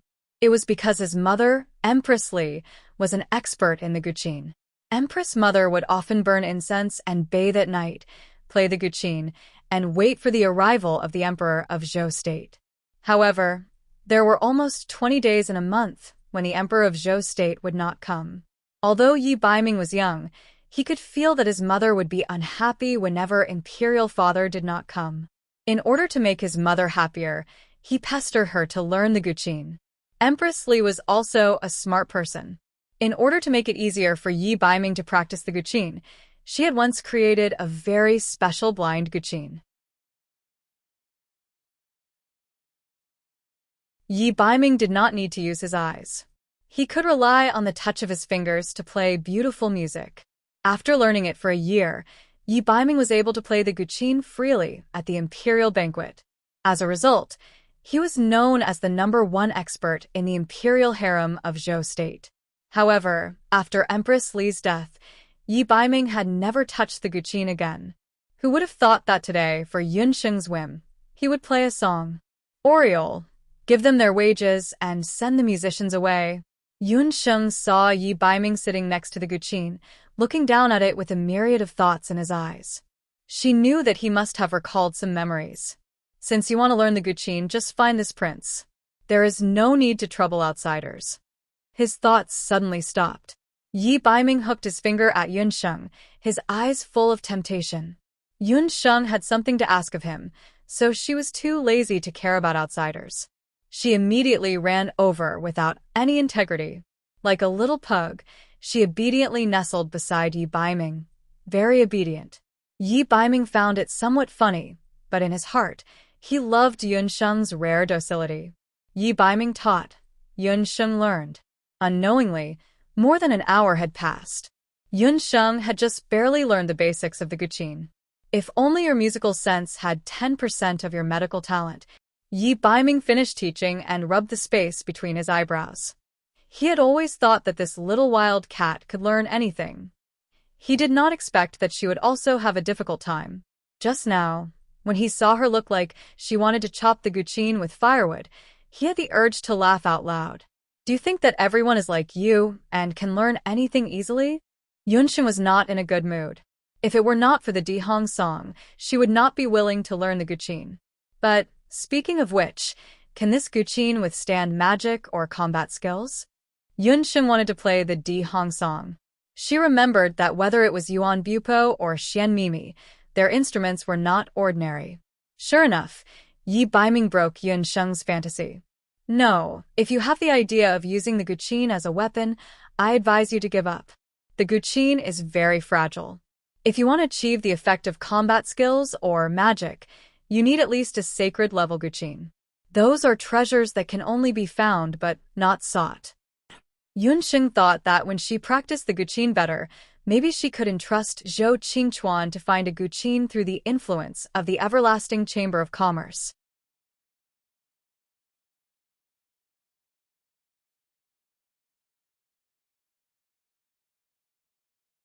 Chapter 392. I almost forgot. Xia Wenxiu came to the medical hall to look for you today. He said that you must attend the birthday banquet at the Yun residence in a few days. When did you get to know him? Yi Baiming told Yunsheng about Xia Wenxiu's visit. Between his words, there was a hint of inquiry. Of course, he didn't tell Yunsheng that the two of them were provoking each other and couldn't see eye to eye. Xia Wenxiu asked her to attend the birthday banquet at the Yun residence. Could it be that something big was going to happen at the birthday banquet? Yunsheng was playing the zither when she heard this news. Her hand paused. The sharp zither string drew a line of blood on Yunsheng's slender, white finger. Yi Baiming frowned slightly and grabbed Yunsheng's finger. The smear of red on her finger was slowly dyed red. Yunsheng was about to say that it wasn't a big deal. She had the Shinong medical bracelet on her body, so such a small wound was nothing. Who would have thought that she would feel a warm and moist sensation on her fingertip? Yi Baiming's plump lips had already landed on her finger. The tip of his tongue brushed across her finger. A strange feeling spread from the bottom of Yunsheng's heart. It was as if someone had thrown a stone into a still pool of water. Yunsheng was embarrassed and anxious. Don't move. When Imperial Mother was alive, she treated my wounds like this. Yi Baiming licked the blood off Yunsheng's finger clean. Her blood was different from the stench of magical beast's blood. It was as if it was emitting a faint fragrance just like her. Yi Baiming's heart unconsciously rippled. When Empress Li was mentioned, Yi Baiming's voice had a trace of fluctuation. For some reason, Yunsheng didn't pull her hand away. Her other hand mysteriously landed on Yi Baiming's hair and patted it as if she was comforting an injured beast. The two of them were speechless for a moment, but neither of them felt awkward. After a while, the blood on Yunsheng's finger was gone. Only then did Yi Baiming loosen his grip. Looking at the broken strings, Yunsheng curled her lips. Her beautiful eyes were as calm as an ancient well. She said as if she was chatting casually, "I'm not going. If it were you, would you be willing to return to the palace to participate in the so-called family banquet?" The relationship between the Imperial Palace and Yi Baiming was the relationship between the Yun residents and Yunsheng. She was unwilling to return. This was also the reason why Yunsheng would rather hide in the dojo than go to the pharmacy. One Uncle Yun and one second uncle. Her ears were already getting calluses from their constant nagging. The Imperial Palace is a place where people are eaten without spitting out the bones, but the residence of Yun is not. If it was in the past, I wouldn't have approved of you returning to the Yun residence either.